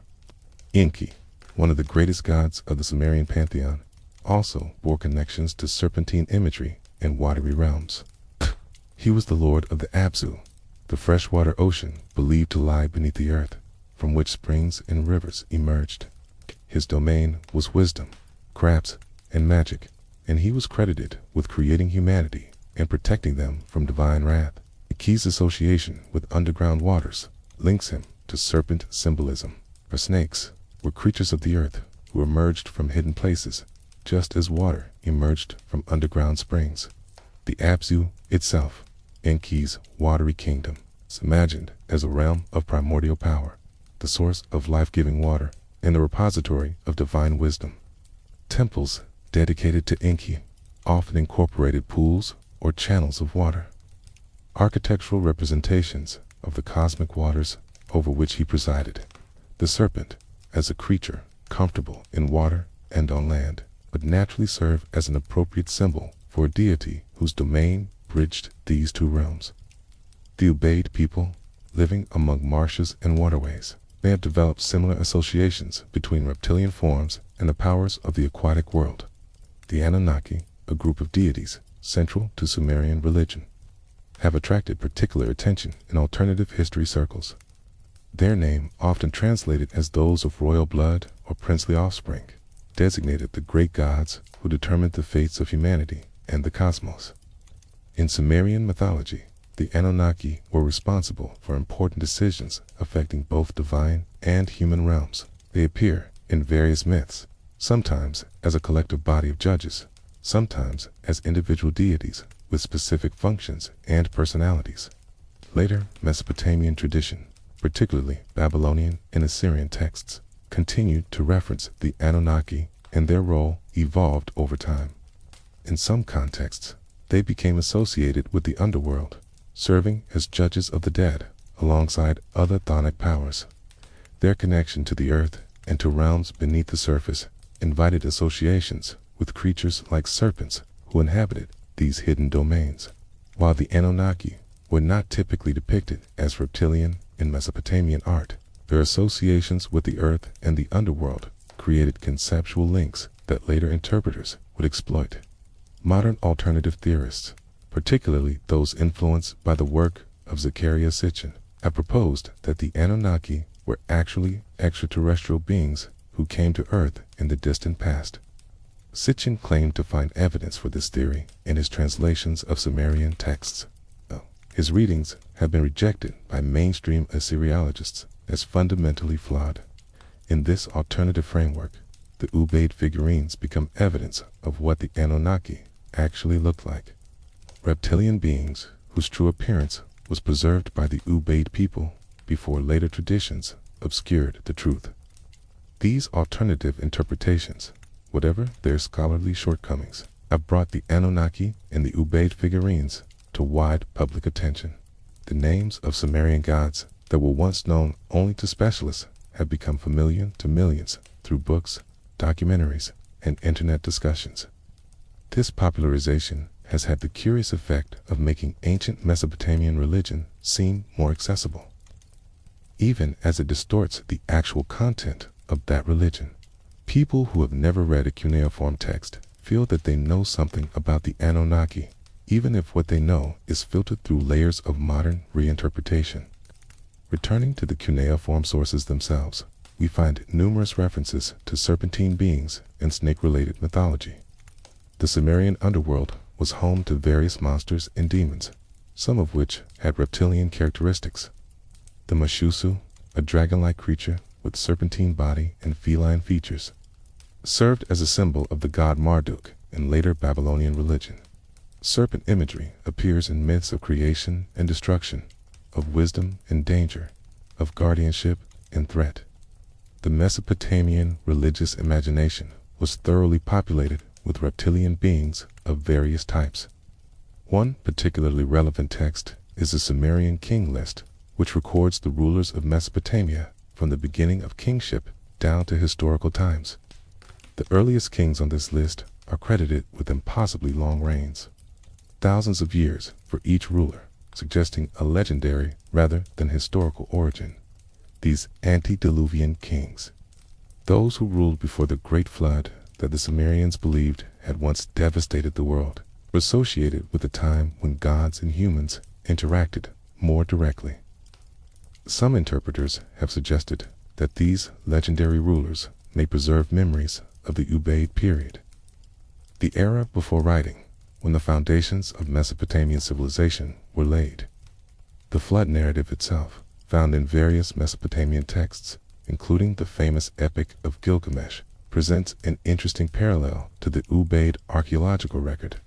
Excavations at Jor and other sites have revealed thick layers of water-deposited sediment that some scholars have interpreted as evidence of a catastrophic flood. Whether this flood inspired the Mesopotamian flood myths, or whether the correspondence is coincidental, remains debated. But the connection has been proposed and discussed for nearly a century. The Ubaid period, in this framework, becomes the antediluvian age, the time before the waters rose and changed the world forever. The temple traditions that began in the Ubaid period continued and expanded throughout Sumerian and later Mesopotamian history. The ziggurats, those massive stepped towers that have become symbols of ancient Iraq, evolved from the more modest temple platforms built by the Ubaid people. Each successive culture raised its temples higher, making them more visible across the flat landscape, asserting through architecture the importance of the gods they served. The religious impulse that led the Ubaid people to build their first shrines found its ultimate expression in structures like the ziggurat of Ur, whose ruins still dominate the site where Woolley excavated the reptilian figurines. The serpent continued to play roles throughout Mesopotamian religion, appearing in myths, rituals, and iconography across thousands of years. Boundary stones were protected by serpent images. Healing rituals invoked serpent powers. Magical texts prescribed remedies against snake bites while also employing serpent imagery for protective purposes. The ambivalence that characterizes serpent symbolism worldwide was fully present in Mesopotamia, where snakes could represent both danger and protection, both threat and blessing. If there is continuity between the Ubaid figurines and later Mesopotamian serpent symbolism, it would represent an extraordinary persistence of religious imagery across more than 2,000 years. The people who made the figurines could not have imagined that their creations would one day be studied by scholars who could read cuneiform tablets, who could compare prehistoric artifacts to the written myths of civilizations yet unborn. Yet, the possibility of such continuity tantalizes, suggesting that certain symbols may survive cultural transformations, passing from generation to generation, even as languages and ethnic identities change.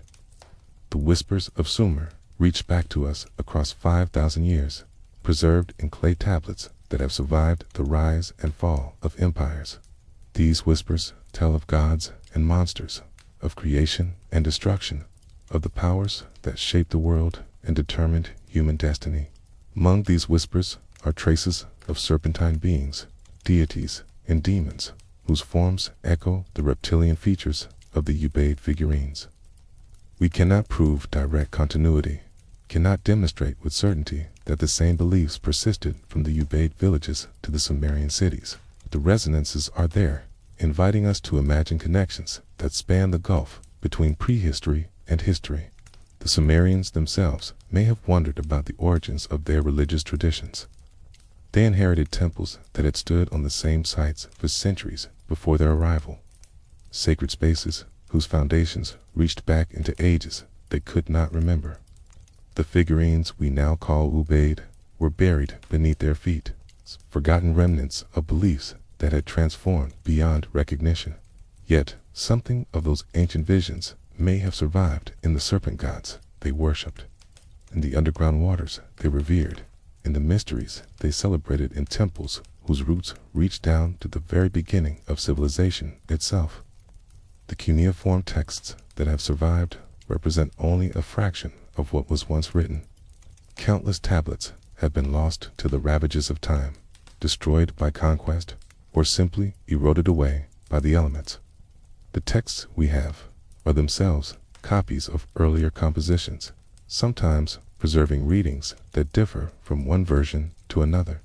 When we read about Ningishita or Enki or the Anunnaki, we are reading words set down by scribes who lived thousands of years after the Ubaid period ended.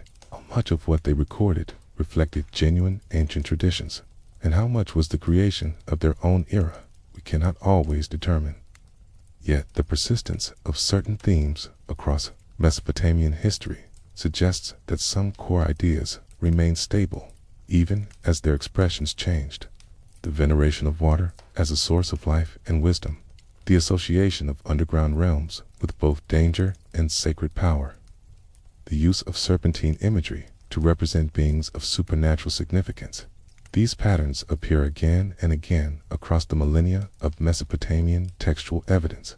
The Ubaid figurines may represent the earliest stratum of this tradition, the foundation upon which all subsequent elaborations were built. The relationship between image and text in Mesopotamian religion offers important lessons for interpreting the Ubaid figurines. Written myths do not simply describe what images show, nor do images merely illustrate what texts narrate. The two media interact in complex ways, each contributing dimensions of meaning that the other cannot capture. The Ubaid figurines exist in a realm before text, before explanation, before the possibility of written interpretation.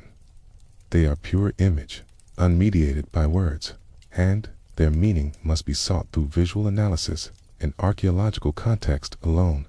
As the night deepens and our journey through Mesopotamian religion continues, the serpentine forms of ancient deities coil through our imagination.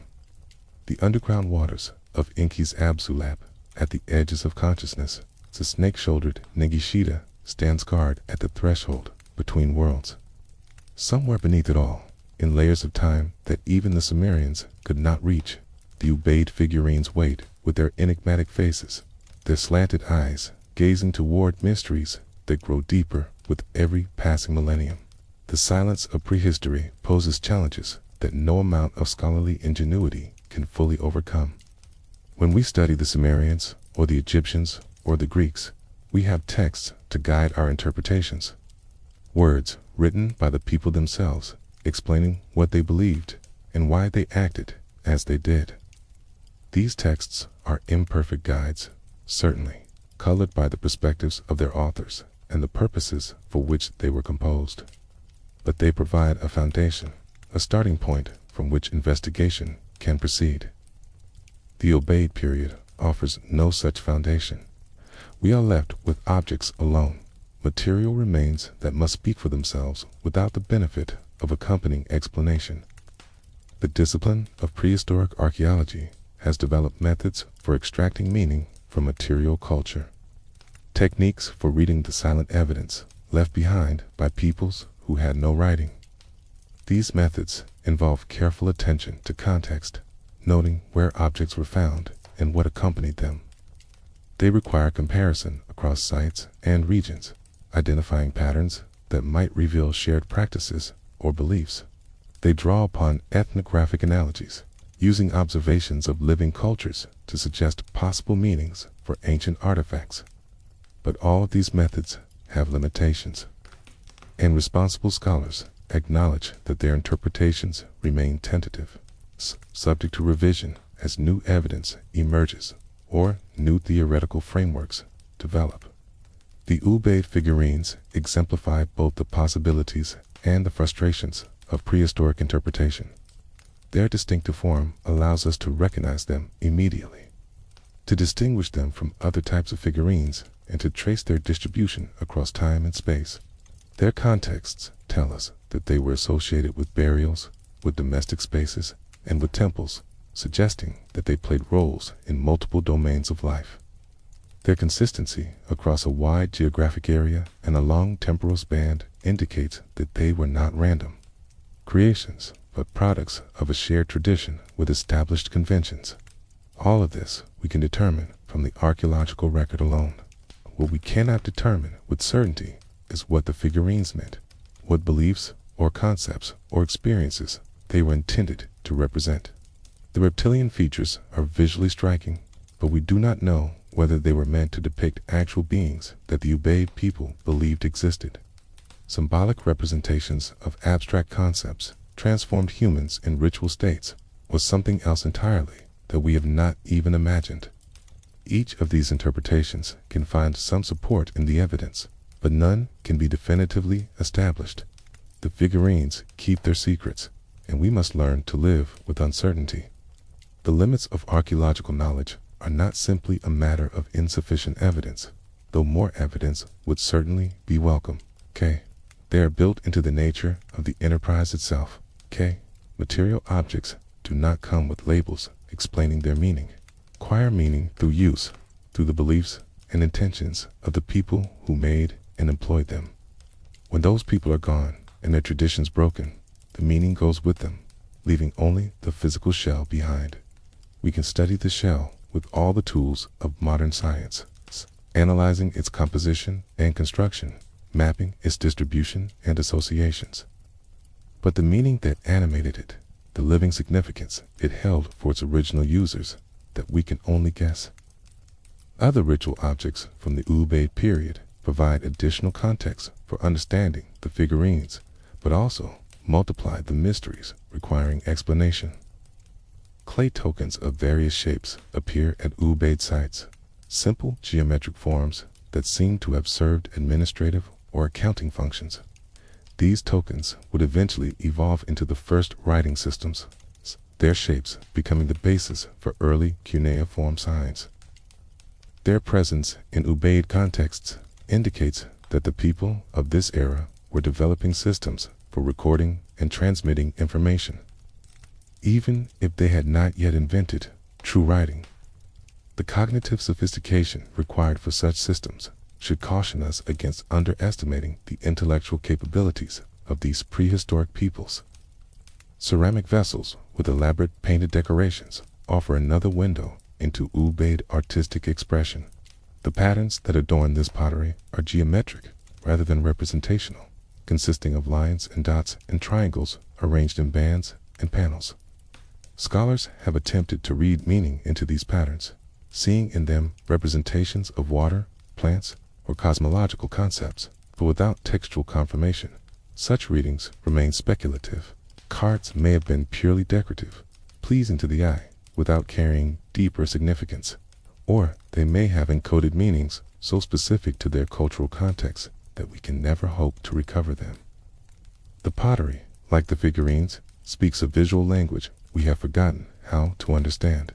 Architectural remains provide evidence of Ubaid religious practice that complements what the figurines suggest. The temples at Eridu and other sites show a consistent pattern of construction and renovation, with successive buildings erected on the same sacred spots over many centuries.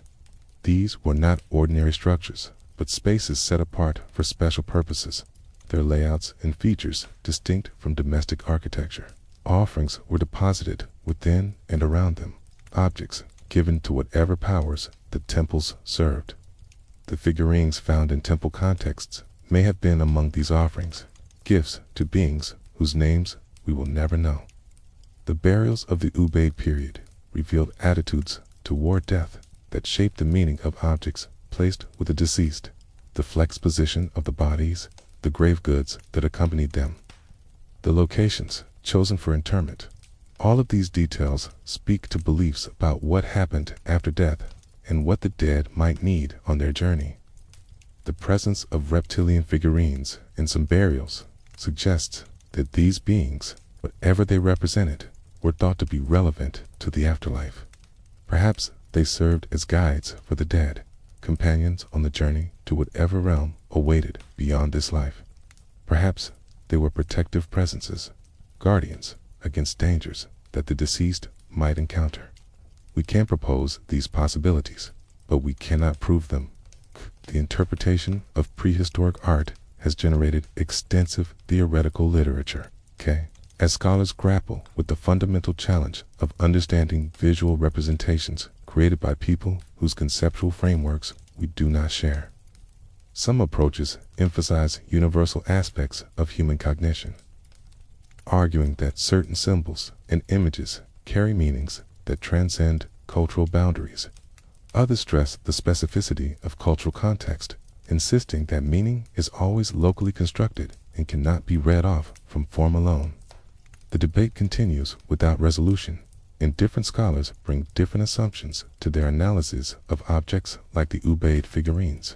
The phenomenological approach to prehistoric art attempts to understand how ancient images might have been experienced by their original viewers. What would it have been like to encounter one of these figurines in an Ubaid home or temple? What sensory and emotional responses might it have evoked? This approach draws attention to aspects of the figurines that purely analytical methods might overlook. The way light plays across their surfaces, the feeling of holding them in the hand, the gaze of their slanted eyes meeting the gaze of the viewer. These experiential dimensions were surely part of what made the figurines meaningful, even if we can only imagine how they were experienced. The cognitive archaeology movement has brought insights from neuroscience and psychology to bear on prehistoric material culture. Researchers in this tradition ask how the human brain processes visual information, how symbols are recognized and interpreted, how meaning is constructed through perception. Their work suggests that certain visual forms may evoke predictable responses across different cultures and time periods, responses rooted in the structure of the brain itself. The reptilian features of the Ubaid figurines might trigger such responses, activating neural circuits evolved to recognize and react to snake-like forms. This approach does not explain the specific cultural meaning of the figurines, but it may help account for their enduring power to fascinate and disturb. Ethnographic analogies offer another tool for interpretation, drawing upon observations of living cultures to suggest possible meanings for prehistoric artifacts. When we see reptilian figurines in an ancient context, we can look to contemporary or historical cultures where similar objects are used, examining what functions they serve and what beliefs surround them. The use of masked figures in ritual contexts, the veneration of snake spirits in various traditions, the practice of placing protective objects in graves. All of these ethnographic parallels can inform our interpretation of the Ubaid figurines. But such analogies are fraught with danger. Cultures differ profoundly in their beliefs and practices, and what is true of one cannot simply be assumed to be true of another. Ethnographic parallels suggest possibilities, nothing more. The honest acknowledgement of uncertainty is itself a form of knowledge. When we admit that we do not know what the Ubaid figurines meant, we are making a true statement about the current state of our understanding. This admission is not a failure, but a recognition of the limits within which all historical knowledge operates. The past is not fully accessible to us. It cannot be recovered in its totality, only glimpsed through the fragmentary evidence that has survived the passage of time. The Ubaid people lived and died and believed and hoped, and we will never know most of what they thought and felt. The figurines are traces, clues, hints, but they are not answers. Yet, this uncertainty should not lead to despair or to the abandonment of inquiry. Attempt to understand the past, even when that understanding must remain incomplete, is a worthy endeavor. It connects us to those who came before, reminding us that we are not the first humans to wonder about the meaning of life and death, to create objects of beauty and significance, to imagine beings and powers beyond the ordinary world. The Ubaid figurines, whatever their specific meaning, testify to the richness of prehistoric human experience, to the depth and sophistication of beliefs held by people who lived before the dawn of history. The limits of archaeological knowledge also remind us of the preciousness of what has survived. Every artifact recovered from the ground is a gift from the past, a fragment preserved against enormous odds across thousands of years. The Ubaid figurines that rest in museum collections today are survivors, objects that escape destruction by fire, by flood, by the slow decay of buried materials. For every figurine we have, countless others must have been lost, their clay returning to the earth from which it came. We study what remains, knowing that it represents only a portion of what once existed. As we approach the end of our journey through the mystery of the Ubaid Lizardmen, we carry with us this recognition of limits. We have explored the figurines themselves, their physical characteristics, and their archaeological contexts. We have considered the culture that produced them, the world of marshes and temples and villages that existed before history began. We have surveyed the scholarly interpretations and the popular fascinations that these objects have inspired. We have traced connections to later Mesopotamian religion and to global patterns of serpent symbolism. And, through it all, the central mystery has remained intact. The question of meaning that the figurines pose and cannot answer. The silence of prehistory is not empty. It is full of presence, full of lives and beliefs and experiences that we can sense even if we cannot fully grasp. The Ubaid figurines are voices in that silence, speaking a language we have lost, but whose tones we can still feel. They reach across the millennia to touch something in us, to awaken wonder and curiosity, and that peculiar unease that comes from encountering the truly unknown. In their presence, we remember that the world is larger and stranger than our everyday experience, suggests that human history has depths we have barely begun to explore. The slanted eyes continue to gaze, and we continue to look back, out together, across the ages, by questions that may never find their final answers. The hours have grown late, and our journey through the mystery of the Ubaid Lizardmen draws toward its close. We have traveled far together, across thousands of years and thousands of miles, through marshlands and temples and museum galleries, through scholarly debates and popular speculations, through the layers of time that separate us from those anonymous artists who shaped clay into such strange and beautiful forms. Now, as the darkness deepens and the world grows quiet, we pause to reflect on what we have seen and what it might mean for us here in the present, contemplating the silent witnesses of the ancient past. The Ubaid figurines are, in the end, objects of wonder. They invite us to wonder about the people who made them, about the beliefs that gave them meaning, about the experiences they represented or facilitated. They invite us to wonder about the nature of human imagination, about our species' capacity to envision beings and worlds beyond the ordinary, to populate the universe with powers and presences that transcend everyday experience. They invite us to wonder about ourselves, about why we find these ancient objects so compelling, about what needs they satisfy, and what questions they awaken in our own minds and hearts. Wonder is not a passive state, but an active engagement with mystery.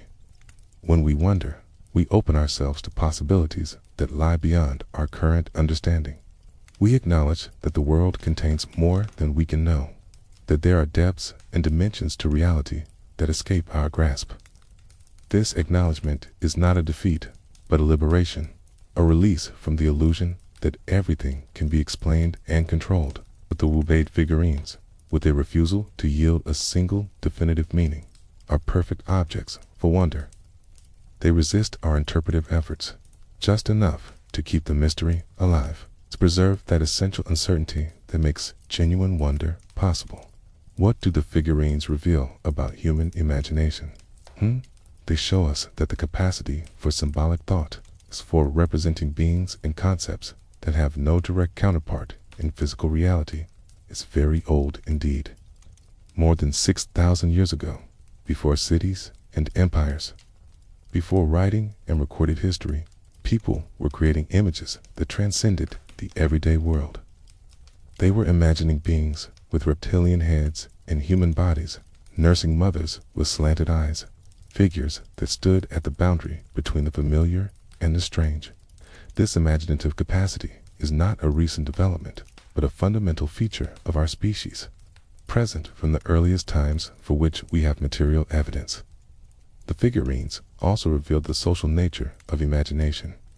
These were not private creations, hidden away by by solitary dreamers. They were produced according to shared conventions, recognized and valued by entire communities, passed down through generations as part of a living tradition.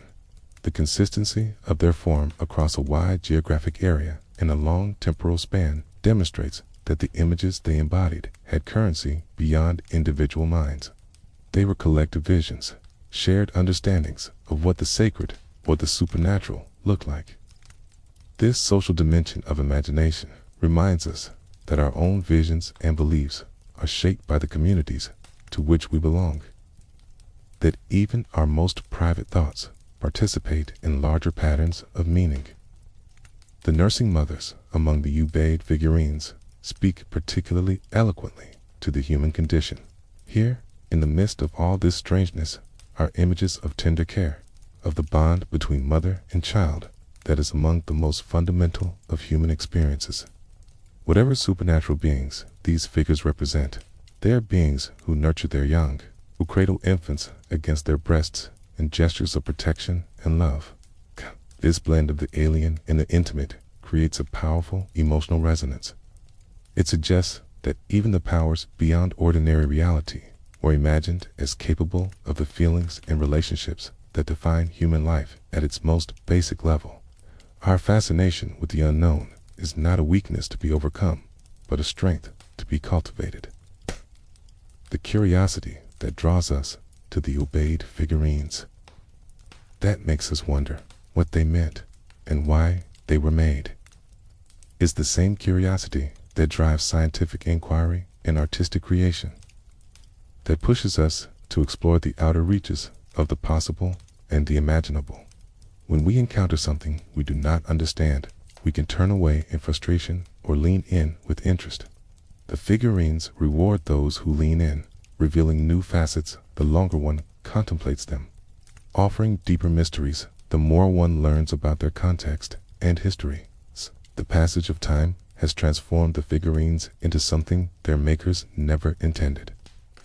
When they were first created, they were functional objects, serving purposes in rituals and burials in domestic life that we can only guess. They had meanings that were known and shared, significances that did not require explanation because everyone in the community understood them. Now, 6,000 years later, they have become enigmas, puzzles that scholars debate and enthusiasts speculate about. This transformation is itself instructive. It reminds us that all meaning is contingent, that the significance of any object depends on the context within which it is understood. What seems obvious today may be mysterious tomorrow, and what seems mysterious now may once have been obvious. The Ubaid period stands at the threshold of history. The last moment before writing would begin to preserve human thought in permanent form. In a sense, the figurines are messengers from the edge of memory, final representatives of an age when all knowledge was transmitted through spoken word and physical example, when nothing could be written down and much could be lost. They survived by accident, buried in contexts that protected them from the forces of decay. Other messengers from that age did not survive, their materials less durable or their burial less fortunate. What we have is only a fraction of what once existed, a sample that may or may not be representative of the whole. This fragmentary nature of our evidence should inspire humility rather than frustration. We are privileged to have anything at all from so remote a past. The figurines that have survived are gifts, offerings from the ancient world that we receive with gratitude and treat with respect. We honor them by attending to them carefully, by trying to understand them on their own terms, rather than forcing them to conform to our expectations. We honor them by acknowledging what we do not know, by resisting the temptation to fill the silences of the past with the noise of our own projections. The night is deep now, and the world outside has grown still. In the quiet hours, when the distractions of daily life fade away, the mind opens to larger questions, two thoughts that the busy day leaves no room for. Questions about meaning and mortality, about where we come from and where we are going, about the nature of reality and our place within it, These are the questions that the Ubaid figurines, in their own way, address. They are products of a time when such questions were asked without the benefit of philosophy or theology as we know them, when the answers came in the form of images and rituals rather than abstract arguments. Perhaps this is why the figurines continue to speak to us across the millennia. They reach a level of consciousness that precedes verbal formulation, that operates through image and feeling rather than concept and logic. When we gaze upon their strange faces, we are not primarily thinking, but rather sensing, responding to visual forms that trigger deep reactions we may not be able to articulate. The slanted eyes, the elongated heads, the blend of human and reptilian features. These elements work on us in ways that analysis can describe, but not fully explained. They touch something primal, something that connects us to the Ubaid people across all the vast differences that separate their world from ours. The figurines will continue their vigil long after we are gone. They have waited more than 6,000 years already, patient and unchanging, their clay bodies enduring while generations of humans have been born and lived and died. Museums will display them, scholars will study them, curious visitors will pause before them in wonder. New interpretations will arise as old ones fade. New theories will be proposed to explain what can perhaps never be explained.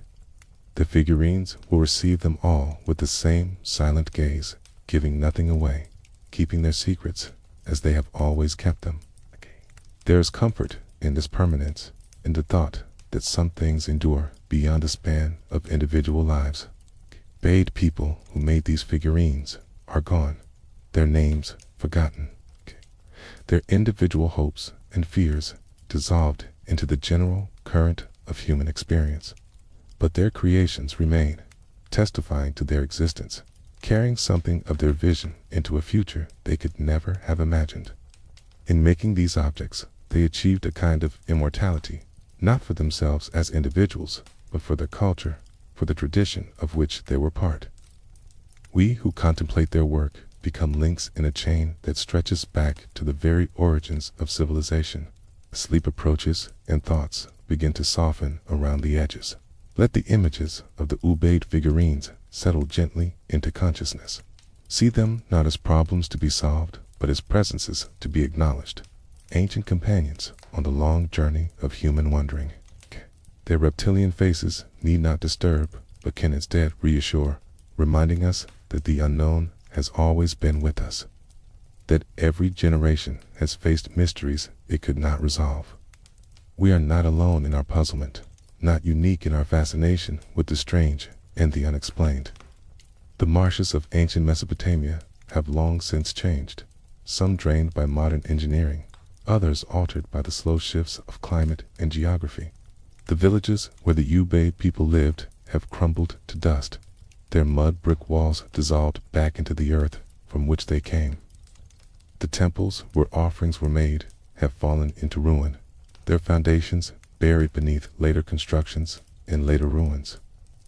Only the objects remain, recovered from the ground by patient excavators, preserved in climate-controlled galleries where the conditions of their burial are artificially maintained. Among those objects, the figurines hold a special place. They are not tools whose function is obvious, not vessels whose purpose is clear. They are images, representations of something that existed in the minds of their makers, something we can sense but not fully see. In their very ambiguity lies their power, their ability to mean different things to different observers, their resistance to final interpretation. They are open texts, inviting endless readings, rewarding repeated contemplation with new insights and new questions. The mystery of the Ubaid Lizardmen is not a problem awaiting solution, but a gift to be received. It connects us to the deep past, two people who looked upon the world with wonder and tried to give form to what they saw and felt and believed. It reminds us that the human story is long and strange, full of chapters we have barely begun to read. It invites us to approach the unknown with curiosity rather than fear, with openness rather than the need to control.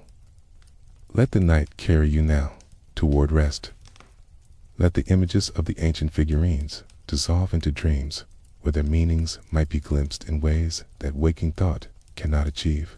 The Ubaid people are waiting in the darkness of prehistory. Their creations held out like lamps against the void. Okay? They have something to show us, something to tell us, though we may never fully understand what it is. Sleep now, and let the mystery continue its work. The slanted eyes will still be watching when morning comes, patient as they have always been, gazing across the ages toward all those who pause to gaze back.